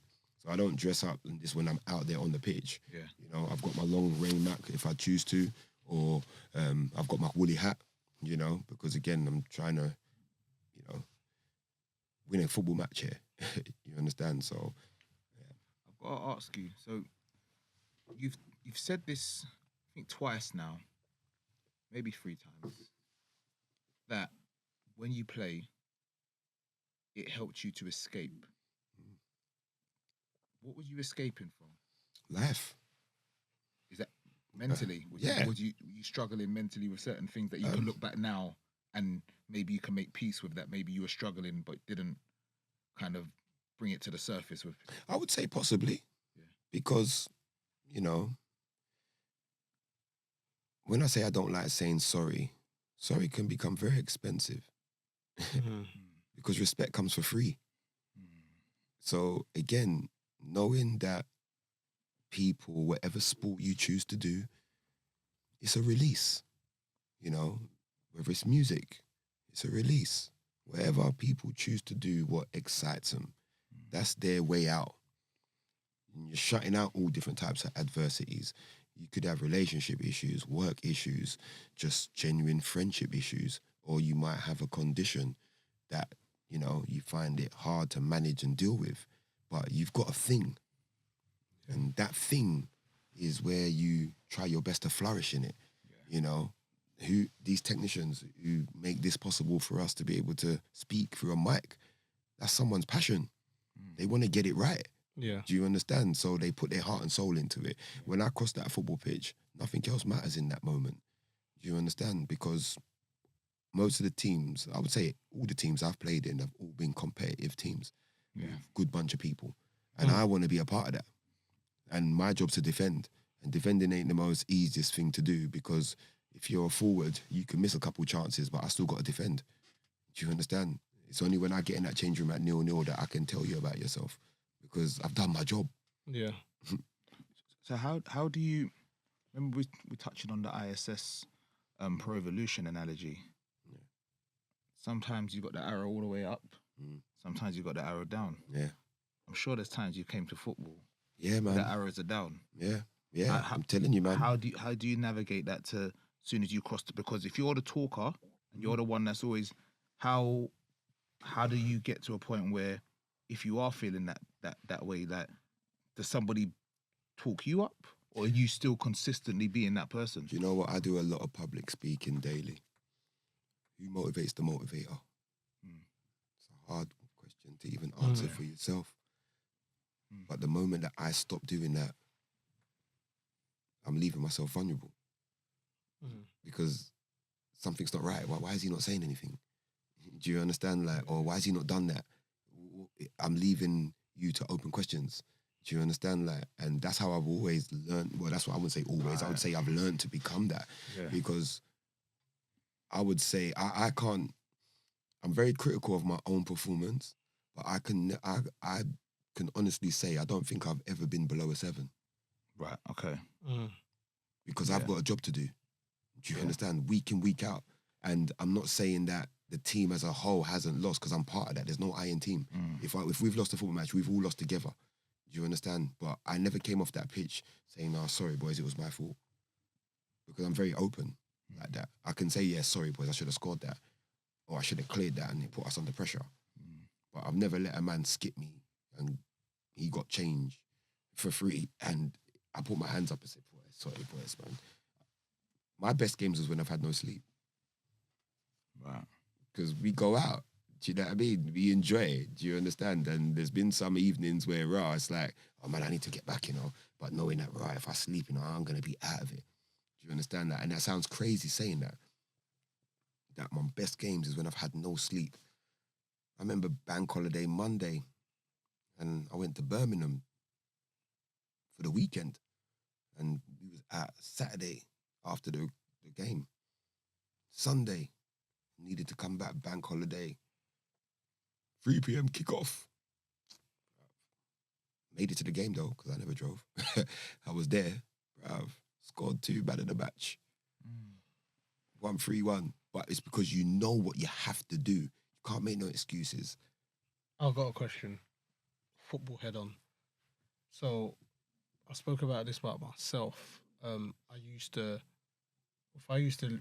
lose, or if I didn't have a good performance, I used to take it home. Or that used to mess up my weekend. How are you? How was you when you lost? Like, how did you used to take it home? And I'll be honest with you. Sunday hurts more when I lose. Sunday hurts more than when I lost on a Saturday. did you? But see, when you did lose on a Sunday, did you take it back to your family? Did you? How did you deal with that? I can honestly say that I've been moody, but it's not their fault. That's all it is. I've been moody, but it's not their fault. You understand? Like, was you able to grasp that quite quickly? Of course, yeah, because I've got things to do. Because it's difficult for some people. No, it is very difficult for some people because it depends on where you're at in the game. Because publicly, you're in the public eye, so no matter where you go, it's unforgivable in some cases. Do you understand? We hear it in the game, whether it's the racism or people booing you, or you've been rinsed by your teammates. It's in the media. I guess the way non-league football's changing now is you've got the VOs. You understand? You've got people filming their games and recording your moments. So in some cases, it's hard to escape. So I get that when you're coming home, you end up taking it on your loved ones. But that's a normal thing because people always take out their pain on their loved ones. Do you understand? And sometimes the pain is not purposefully meant. You know, you get some people that just can't hide their emotions. They've just got that fixated face where I'm asking you, what's wrong, man? You don't look your normal self. You understand? I know that because the way I live my life and how structured I am in how I do things, I know that even if we lost. Today we won, we beat a team 3-1. We lost to that team 2 weeks ago. It was our first Sunday league loss of the season. We should have never lost that football match. My home ground is Cray Valley's football ground. That's my home ground. So knowing like we're prolific at home, worst case we've lost to a team that are still good, respect, because you have to respect every team. Knowing that we lost that game, I had to tell the team about themselves because no one turned up. And again, goes back to lateness, accountability. I'm hearing excuses. Do you understand? Because we've got a cup final because we're the holders of the current cup, and our cup final is at Bromley FC, 31st of May. Bromley's our home ground. The only reason why we didn't play at Bromley last season is because when the season finished, they dug it up. And then we ended up playing at Beckenham Town. So knowing that you lot have turned up and you've given me no return, that Sunday when I came home, my mum said, something not right. And I said, it's not right, mum. I said, we lost, man. You understand? Like, but because I'm so openly spoken, the whole world knew that we lost. But I've got respect for my players because I ain't going to tell people what player was not performing on that day. We all lost as a team. But because I'm the manager, it comes back on me. So what did I do wrong? How did I prepare? How did I get them ready? But just like what I said in how when I grew up with the Arrows, I had about 7 players that was down there. But no one said nothing to me. Because they want to play for me, but it weren't the moment to share what was going on. Yeah. You understand? Until after I had to call a couple man and say, yo, what's going on? No, you're disrespecting me, you know? I'm just letting you know. And today's game was all about just putting that correction right. Because now we won today, we're still in for winning the league because we're the current champions. Do you understand? And it's that effective that even losing one game can cost you. You see what I mean? Like, or drawing a game can cost you. Yeah. And you know, for those that are in the game, or I know you're a prolific fan in football, that you only compete what's in front of you. You understand? And you got to take one game at a time, and don't think too far ahead at the prize. Do you understand? Because then you can lose yourself. I believe we all turned up there thinking that we was gonna beat up this team, and took our eye off the prize. And it showed. Yeah. So going home, not only for me, knowing that I called a man and I told him about himself as a gentleman and to respect him, how he chooses to deal with it is how he chooses to deal with it, but he heard it from me. He never heard me speak to you and then you heard, say, boy, you know, Baker was talking behind your back. Yeah. No, you're hearing it from me. Yeah. So going home knowing I'm the manager, I guess it processes different because you know what? I got to wash the kit. You understand? So when the things they're tumbling, you know what I mean? Like, and I'm getting myself together because I'm very organised and structured again, how I plan myself. Remember, it's Sunday. So by Sunday, late afternoon, the kit's really washed, hanging out in the area. Then I'm structuring myself for the work. You understand? So I'm processing it because I get to talk about it with the old boys then. I got another question. Obviously, you said that you've got 4 kids. How do you juggle your time? Because you seem like you're very yeah, man, busy and yeah, you seem like you're very. You know what? It's had its testing moments again because I had my children very young. They played a role in my journey. They were on the sideline. But remember, while I was traveling the ball, they was also traveling the ball as well. That was me teaching them. Yeah, I'm showing them what I love doing, but also showing them how to navigate. And when I weren't working, I was able to do the school run. That was my way of giving back. Yeah. Because their mums had jobs. Do you understand? Like, sometimes the school run weren't in the morning, it was after school. You understand? Like, making sure that, yeah, I'm the daddy, yeah. Do you understand? Like, don't mess with this one here type of thing. Do you understand that? So, again, every other weekends, in the week, I made sure that I turned up. Yeah. Because I had to. Yeah. You understand? But again, selfishly, as much as I was playing football, doing what I loved doing, they weren't into sports and things like that. You understand? Like, but again, I also brought them around people that I also trusted. Because while I'm running around, I'm seeing my babies, them in the dugout with everyone else's children and family. That's the gentleman club mindset that I'm talking about. Yeah. So them basic fundamentals that I was able to have my children there. When I'm signing people and I know that you got children, bring your missus with you. Bring your little one with you. Yeah. The kids on the sideline, family. Because football can be unforgiving when, as a man or even in the ladies' game, that you are at the house all the time. Yeah. Do you understand? And you're going some far journeys and you ain't coming back. I remember going to Truro City on a Tuesday night. Oh, what? Yeah. What? On a Tuesday night. Do you know where Truro is? Bruv, that's the end of the country. There's no place past. No, it's past Plymouth. Past Plymouth. It's past. It's like an hour. But I give you Plymouth as a landmark. So you see, like, it's the furthest place. That's unreasonable. Bro, like, there's nothing past Truro. So on a Tuesday night, like deep Devon, do you understand? And imagine knowing. That sounds like hell. Bro, is that 7 hours? Is that 7 hours? But then 7 hours, knowing the lifestyle that you're living, and no matter what happens, you need to come back home tonight. Yeah. How? Do you understand? You need to find a way. So imagine knowing that the game finished at 10 o'clock and you still need to find a way home. My brother, we need to go home tonight.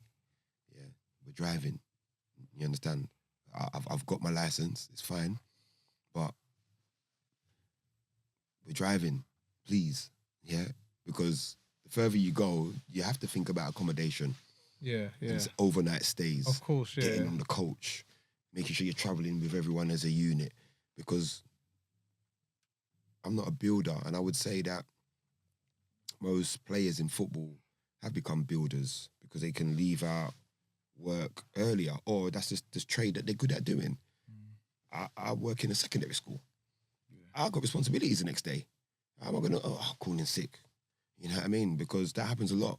But imagine you calling sick too much times at work, you're getting called in the office because what's going on? Do you understand? Making excuses. Yeah. So you got to limit them. And again, depending on the type of jobs that we have, especially within the football game, if you're already doing coaching and things like that, then there's certain leniencies that you can get away with that.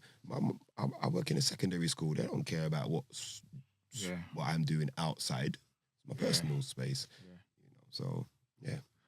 So then I must ask, right? So we're talking about you've probably seen things now from a different perspective because you've grown in terms of the game. So you've probably seen like former teammates where you probably know that, you know what, you were struggling. Yeah, man. You didn't tell me anything. Yeah. How do you use that now to make sure that when you see the players that you have, especially the younger generation coming through, that you use those experiences to help them, so to speak? So if, for example, you said like you've got 7 players that are on the arrow down, they won't disclose that. How do you make sure that you're getting them in the right way in order for them to play? You have to give people a safe space, innit? Do you understand? Because people express themselves at different times, and You know, you always get that one person who's not really on the talking thing. Do you understand that? You know, some people are really worried about how they express themselves, like I said, through fear. Do you understand that? But because I'm getting to know you, because I care about you, because I know what you do for work, I've given references to enough, man. Do you understand? To put them on. Yeah. Because I wish I was put on when I was young, up and coming. Do you understand that? That's big. And in football, you know, when you hear that one of your brethren have bust case, do you know how many of your other friends say, yo, let me come with you, what you reckon man could get a bring in? And then people don't realise that when you bring someone in, they're a representation of you. Yeah. Do you understand? Yeah. So knowing that I'm the gaffer of the club, the type of people that I'm trying to bring in, I don't just say, yeah, I'd like you to come to my club. I'm trying to vet you out a little bit. Yeah. Definitely. Just a little bit. Yeah. Because how much time do you really have to vet everybody that you bring to the club? And what is nice is that a friend of a friend might say, look, Baker, I've got this player, you know, he's decent, you know. And I'm like, okay, bring him down. But on a Sunday, we don't train. I would say that my team single-handedly beats some step 3, step 4 teams easy. My Sunday team. Just because of that's the level that those players are at. So I'm blessed to be able to get step 3, step 4, I would say a couple step 5 players to come and play for me every week. Yeah. But they get tired, so it's all about evolution. Yeah. Today, I had a player, 16 years old. I've got about 6, 7 players in total, I would say, that are all 18 and under. Wow. Mixed with the oldest player at the team, I would say he is 34. Okay. Right. So it's a mixture. Yeah. You know what I mean? So again, knowing that you're trying to keep the club ongoing, I said to the old boys, I said, boy, you know, when I get to 60 years, I'm done, you know. And they're like, what do you mean 60 years? You mean another 20 years? Do you know what I mean? Like, you know, because again, it's legacy. If you started something and it's still continuing to grow, it's legacy. All these Premier League clubs that we've all grown up to watch, look how many managers have come in and out through their club. Who founded them? For them to still keep on going to where the business is so great now, you've got to, like you said, when you get to a certain level in the game, you've got to be held to account by the choices that you make. And as much as we're here doing these forums, these men are interviewed regular. So they've also mentally got to be careful what they say as well, rather than, because we hear managers drawing man out all the time. You know, some are very outspoken and some people, you know, not really, they don't know how to articulate their words. Do you understand that? You know, so again, when I have these young players that are going through things, because I see it. Now, I never saw it when I was young, up and coming, because I'm just finding my way. But even when I see you coming through the door, sometimes when other people ain't all coming at one time, I'm like, I'll have a word with him later. Do you know what I mean? I've really planted that in my mind. Do you understand? Because it might not be the time and place. So when the man am out warming, I might say, yo, everything all right? But because of what happened 2 weeks ago now, I'm even overly more conscious of that. Although I've been like that from before anyway. But knowing that there were 7, man, you understand? Like, because I'm always the first one there. I've got the keys to Cray Valley Football Ground. Yeah, so you can see. I open the gate in the morning with the code. That's the respect that a Step 3 club has given to me because of how I've respected people and had good recommendation from other people. You're going to get told more no's than you're going to get told yeses in your life. Deal with it. It's okay to be told no. But some people can't handle disappointment. Do you understand? But when I'm disappointing individuals that have given their time for free, put my arm around them and say, look, it's all right, man. You know what I mean? Like, because on a Sunday and people are asking you why am I not starting? Do you understand? You'd expect that from a Saturday. Do you understand that? Because again, I always try and encourage the players, start learning to talk. The younger generation are not talking much because they're so consumed by the phone. They're talking through these different type of apps. We didn't grow up with phone like that. Do you understand? So we could go to our cousin's house and play. Drop kick a man off the bed and all of them things there. Whereas now, when you're going around your cousin's house and things like that, hi, you're right. Facts. It's consumed by the phone. So the talking is not you're not exposed to talking much anymore because you're consumed. So when they turn up to football, even on a Sunday, you know what it's like. You ain't got your phone out at 1:30. That's locked away. That's a fine. You get a fine for having your phone out after 1:30. Even if the gaffer's speaking and there's a ping. Yeah, it's a fine. You get a fine. You can't have your phone out. Yeah. And depending on the levels that you're at, it could be from a tenner to a 50 quid. Yep. Wow. So you know what? Let me leave my phone in the car. But everyone does take their phone in because we're all just consumed put it on by silent, phone. yeah. Or just put it on silent. But That's don't it. let it be you. But then everyone has that slip of concentration. Yeah. Just got to take the L. I'll tell you what's happened to me. A man purposely phoned me, you know. Yeah, that's what I'm saying. All them things. Hey, a man's. Hey, do you remember on the iPhone when you could clip it and it turns it onto to silent? Oh. Yeah, do you remember that? Yeah. A man purposely took my thing off silent and phoned me. Listen. Hey, I'm saying nah. I definitely put my phone on silent. You know. But then you see what I mean. So again, But that's the banter in football that a man will do. Do you know what I'm I saying? carry them things because again, you know, you're a product of your experiences as well. You understand? Like someone's wronged you at one point. All right, would you want to just wrong that person? No, 2 wrongs don't make it right. Yes. Yeah. You understand? So we keep talking in life. Yeah, man's got the L. Man's taking the L. The L's not your lost, you know. The L is your learn. Or that you should learn. It's lessons, man. It's lessons. And that's the key there. The lessons. Do you understand? So all my life experiences, all the lessons that I've learned, all of the disappointments that have happened to me, I wouldn't want a young person to come in and feel that element of disappointment, but use that disappointment in a constructive way. Yeah. Do you understand? Like, because again, you know, young people of today, it's a different time. Yeah. And do you know what? Like, speaking on management, I've always said this. The best managers know when to be stern with a person, know when to put their arm around a person, know when to phone a person, know when to leave a person alone. They're the best managers, I'm telling you. Well, it's time and place. Yeah. Because I always say to players, when do you think is the best time to talk to your gaffer? When things are not working out. Shall I? I'm asking you like the question. Me personally. Let me see what you say.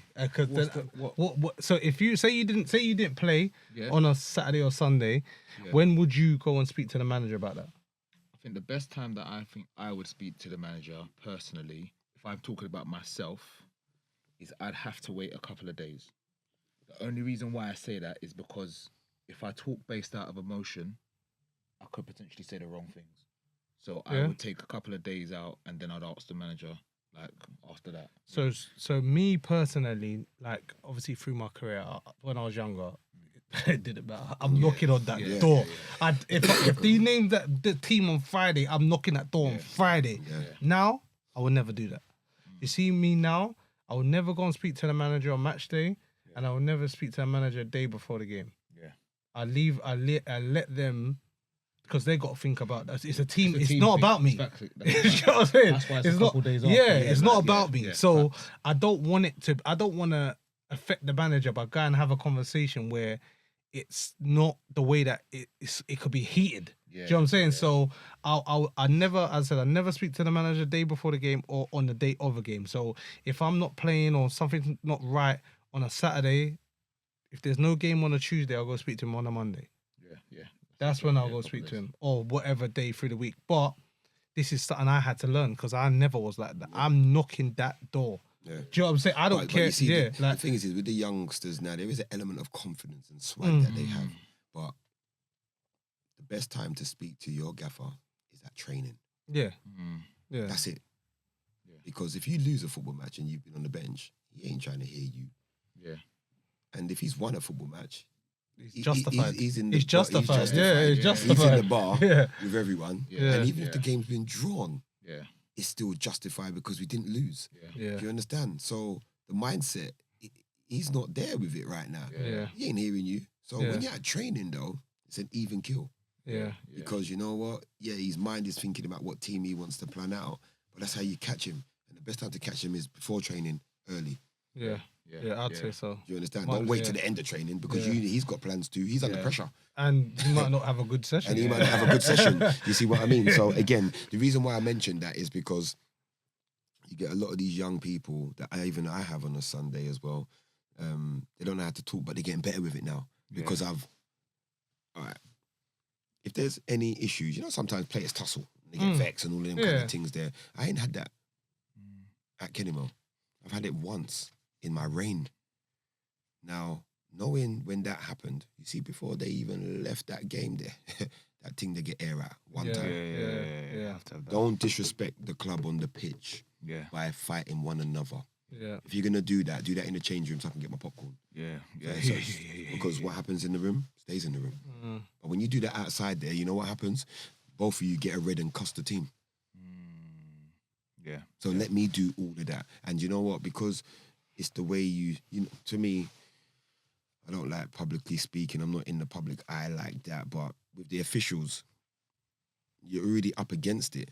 Do you understand? You know, I always keep saying in life, and I don't mind saying it, that in your career, you can probably say that you've had a good ref.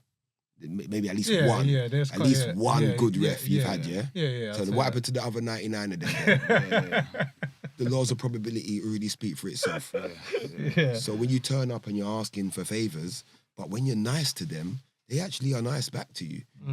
It might take a little bit of while, but treat people how you expect to be treated. If I'm cursing you as an official, they're not gonna wanna... my brother. Yeah. And even when you know that was unfair, you got to learn how to hold it. And the game is not much different to your life as well. Because when you are getting the short straw or you're getting dealt with something that you felt that was unfair, how you choose to deal with it shows who you are. That's big, man. Wait, can I just say something before we go? We're coming to the end, One word of advice for not just youngsters, for people out there: be accountable for your actions. Because just like you said, I used to go and knock on the door of the manager, and I had no right to. I had no right because I wasn't playing, and I wasn't doing what I was supposed to be doing. It's only when I got older, I said to myself, I need to do everything in my power first before I start blaming other people. Yeah, 100%. Do you know what I mean? But that comes with maturity. So make sure you're doing what you need to be doing before you blame anyone else. No, 100%, man. And I think it's brilliant because you've given that advice, and Junior's obviously given advice as well in terms of youngsters, in terms of like when to speak to managers, how to speak to managers. Then listen, you see everything that you've learned. I think what I can take from this, which is so beautiful, is it's funny how the one that didn't pay you is the one that you love the most. And I think in life we can learn that, you know what, just because there's money there doesn't mean the love is going to be there. 100%. And sometimes you're going to. But then what did they say? They say that money the root of all what? You understand? It's the love of money. So again, evil, the love of money. You know what I mean? Yeah. So the last question that we have to ask you before we go into a little game, bro, is we always ask our guests, like, what advice would you give to somebody that's struggling mentally? They were going through it, and you could give one piece of advice to somebody to say, you know what, I'm struggling. What advice would you give to them?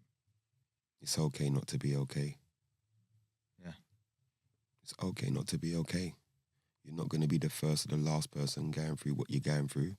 Yeah. I understand why you're going through what you're going through, because you're not talking about it or you're not expressing yourself. You know, you've got a one friend out there somewhere. Talk to them. Yeah, that's dope. That's dope.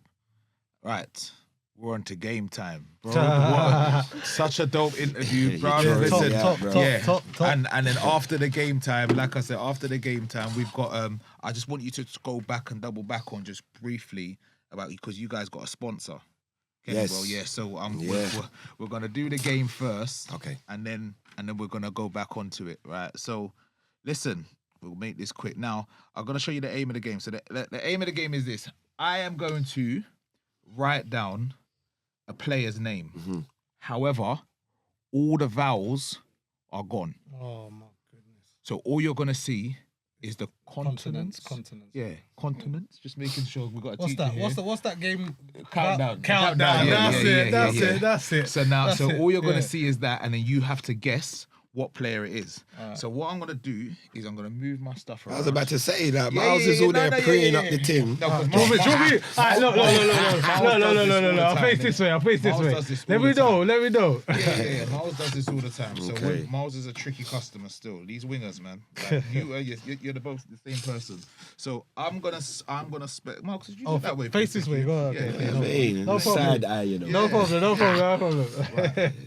So we're gonna start off with an easy one. I know I've broken the thing already. Yeah, I'm gonna start off with an easy one. So you should get this. First name or surname? It's both. Okay, I had to ask that. Right. So you ready? Yeah. Right. And I'm gonna turn it round. Do we have to write it down or would you you just... gotta write it down. Okay. Right, ready? Go. I knew he was going to do that first, you know. I don't know why. Yeah, you knew? I don't know why he was going to do that first. Go get it right then. Get it right then. If you don't, bro, I'm going to cuss you out. Off air, obviously. Right? Got that? Right, so these are... Hey! Sorry. Cool. Let's do this one. How much questions are we doing, by the way? 5. Okay.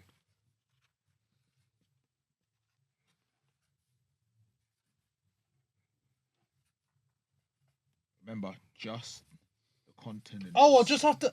Not the whole... Not write the name. I'll write the whole name. Yeah. Until you know the spelling might be nuts. No, don't worry about that. Don't worry about that. Yeah. Give me your easy ones. Okay. Yeah? You got that? Okay, cool. Now, it gets a little bit intense, like a camping site. Yeah? And these are 90s players, so old school 90s players, yeah? All right. That I'm bringing on, yeah? Yep. And then surname.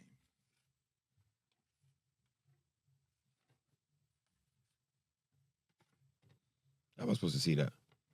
Sorry, sir. Okay. Apologies. I've got that. Okay. Yeah, you got that? Spelling might not be... Don't worry about that. I think the spelling's integrity. I think it's... And he works in a school. Man works in a school and he's trying to say spelling. A teacher would say that. You know what I mean? Spelling is key. Right. 2 more. I don't think any of you are going to get this one. Right. Ready? Everything? What? Yeah, I don't think any of you are going to get this one. Yeah. What? Yeah. Wait, the vowels are gone. Ready? Cool. You've seen it? You've had enough time? The vowels are gone. The vowels are gone. I've stopped trying to... What's going for you, brother? Yeah. Right. And don't try and look over here as well. And the last one. The last one. Last one. Right. Because it's a bonus one. This one is more the 2000s. I ain't got a clue what that 4 was, boy. That was crazy. Yeah, the name changed. The RC caught me.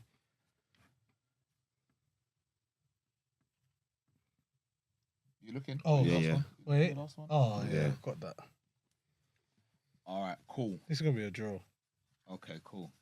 You don't know. You don't know, because he might have got you. This is going to be a draw. All right. First one was obviously Dennis Bergkamp. Yep. Yep. Second one, Zinedine Zidane. Yep. Third one, Paul Gascoigne. Yep. Right. Now, what did you guys put for number 4? I didn't put nothing. I just... Well, you know what? It was... as soon as I saw it, I was like, Cantona. That's what I thought. Eric Cantona. How? My brother. I said Cantona. Look. Cant. No, you No. I can't accept that. Bro, look what you put. Look what you put. Let me see. I can't accept that, bro. Nah, bro. Bro, I'm thinking Cantona as well. Yeah. I was thinking Cantona as well. But R. Yeah. E. I. Yeah. Eric. Oh, yeah. The vowels. I put Cantona as well, you know. But you put Cant. No, listen, I put Cant. See what I'm saying? I can't accept that. I said Cantona as And well. last but not least, Didier Drogba. Yeah, man. Yeah. So. I put Cantona. Okay, you know cool. You know I got 5. Wow, yeah. Bro, thank you. Listen. No, you're welcome, sir. Jay, thank you for coming on, man. And No, honestly, thank you. You see the growth that I've heard through this, bro.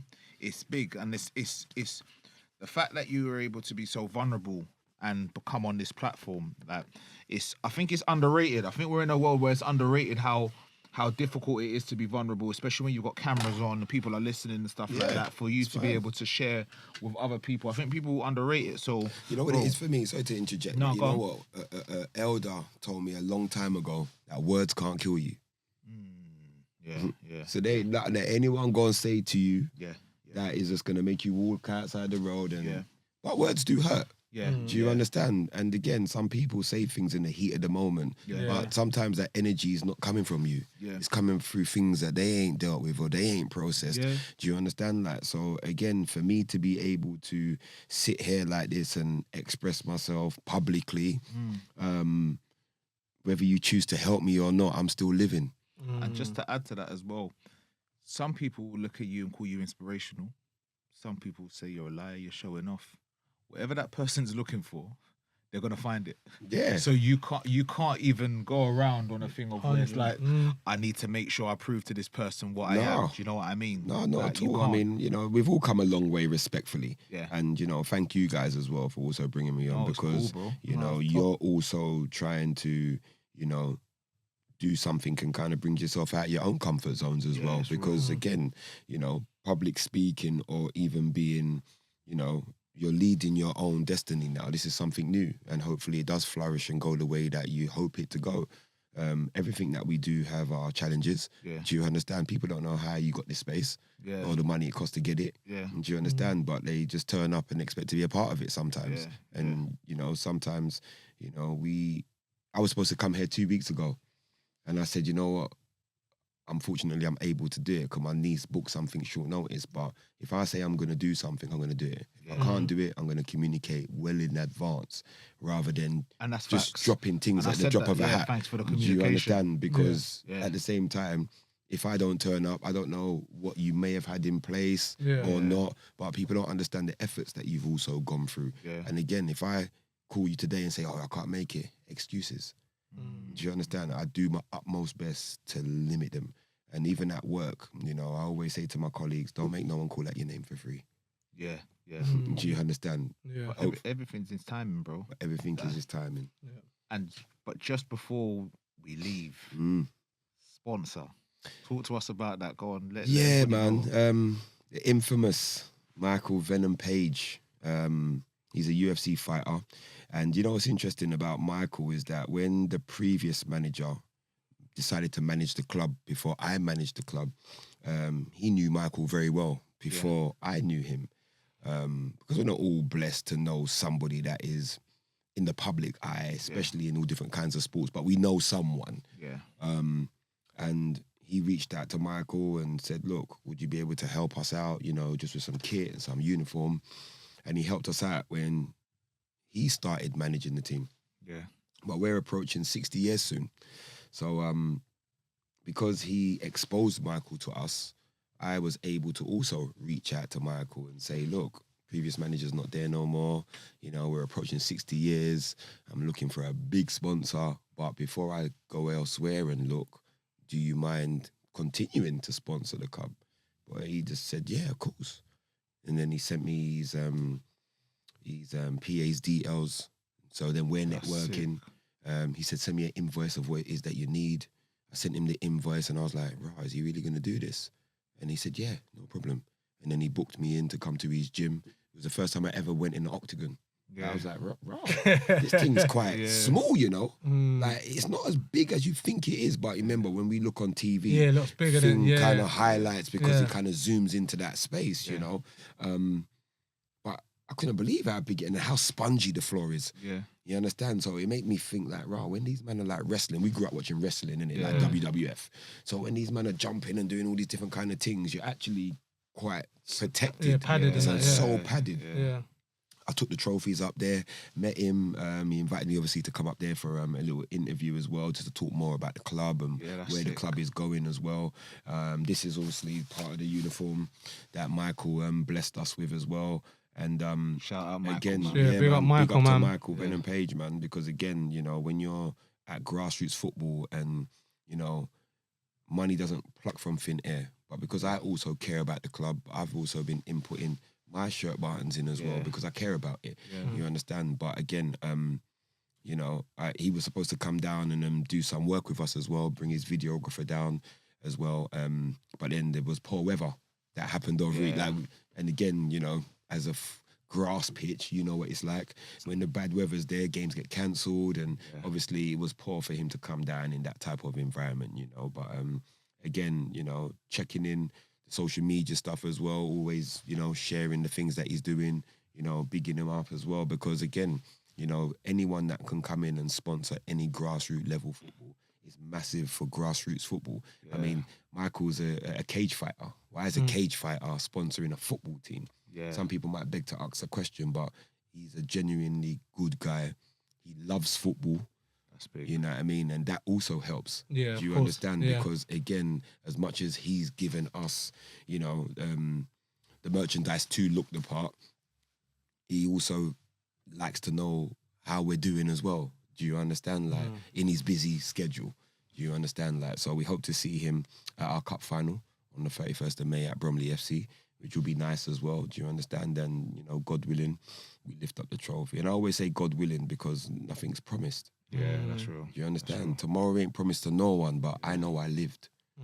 That's big. And that's a beautiful segue for us to say what we always say, that if you are struggling and you are going through something, please make sure that you reach out to somebody, man. I promise you, like, the power of conversation and talking to people can really save you, man. And this is what we try to highlight with the Set Piece podcast, that, like, although we talk about football and we talk about the mental health side of things, it's showing what the power of football can do, the community of what it can bring. And the fact that Michael Venom Page is actually a cage fighter, is sponsoring a football team, just shows you what can be done when we all come together to share a space that is safe but is protected. And I think the fight that he puts up in the cage is going to be representing what you guys do on the football pitch. Do you get what I'm saying? Man. So, yeah, man, we give you thanks. Junior, thank you for coming on. Thank you, Junior, man. That's powerful, man. It's been a powerful, powerful session. I'm Kerry Phillips. I'm Miles Weston. And this is the Set Piece Podcast.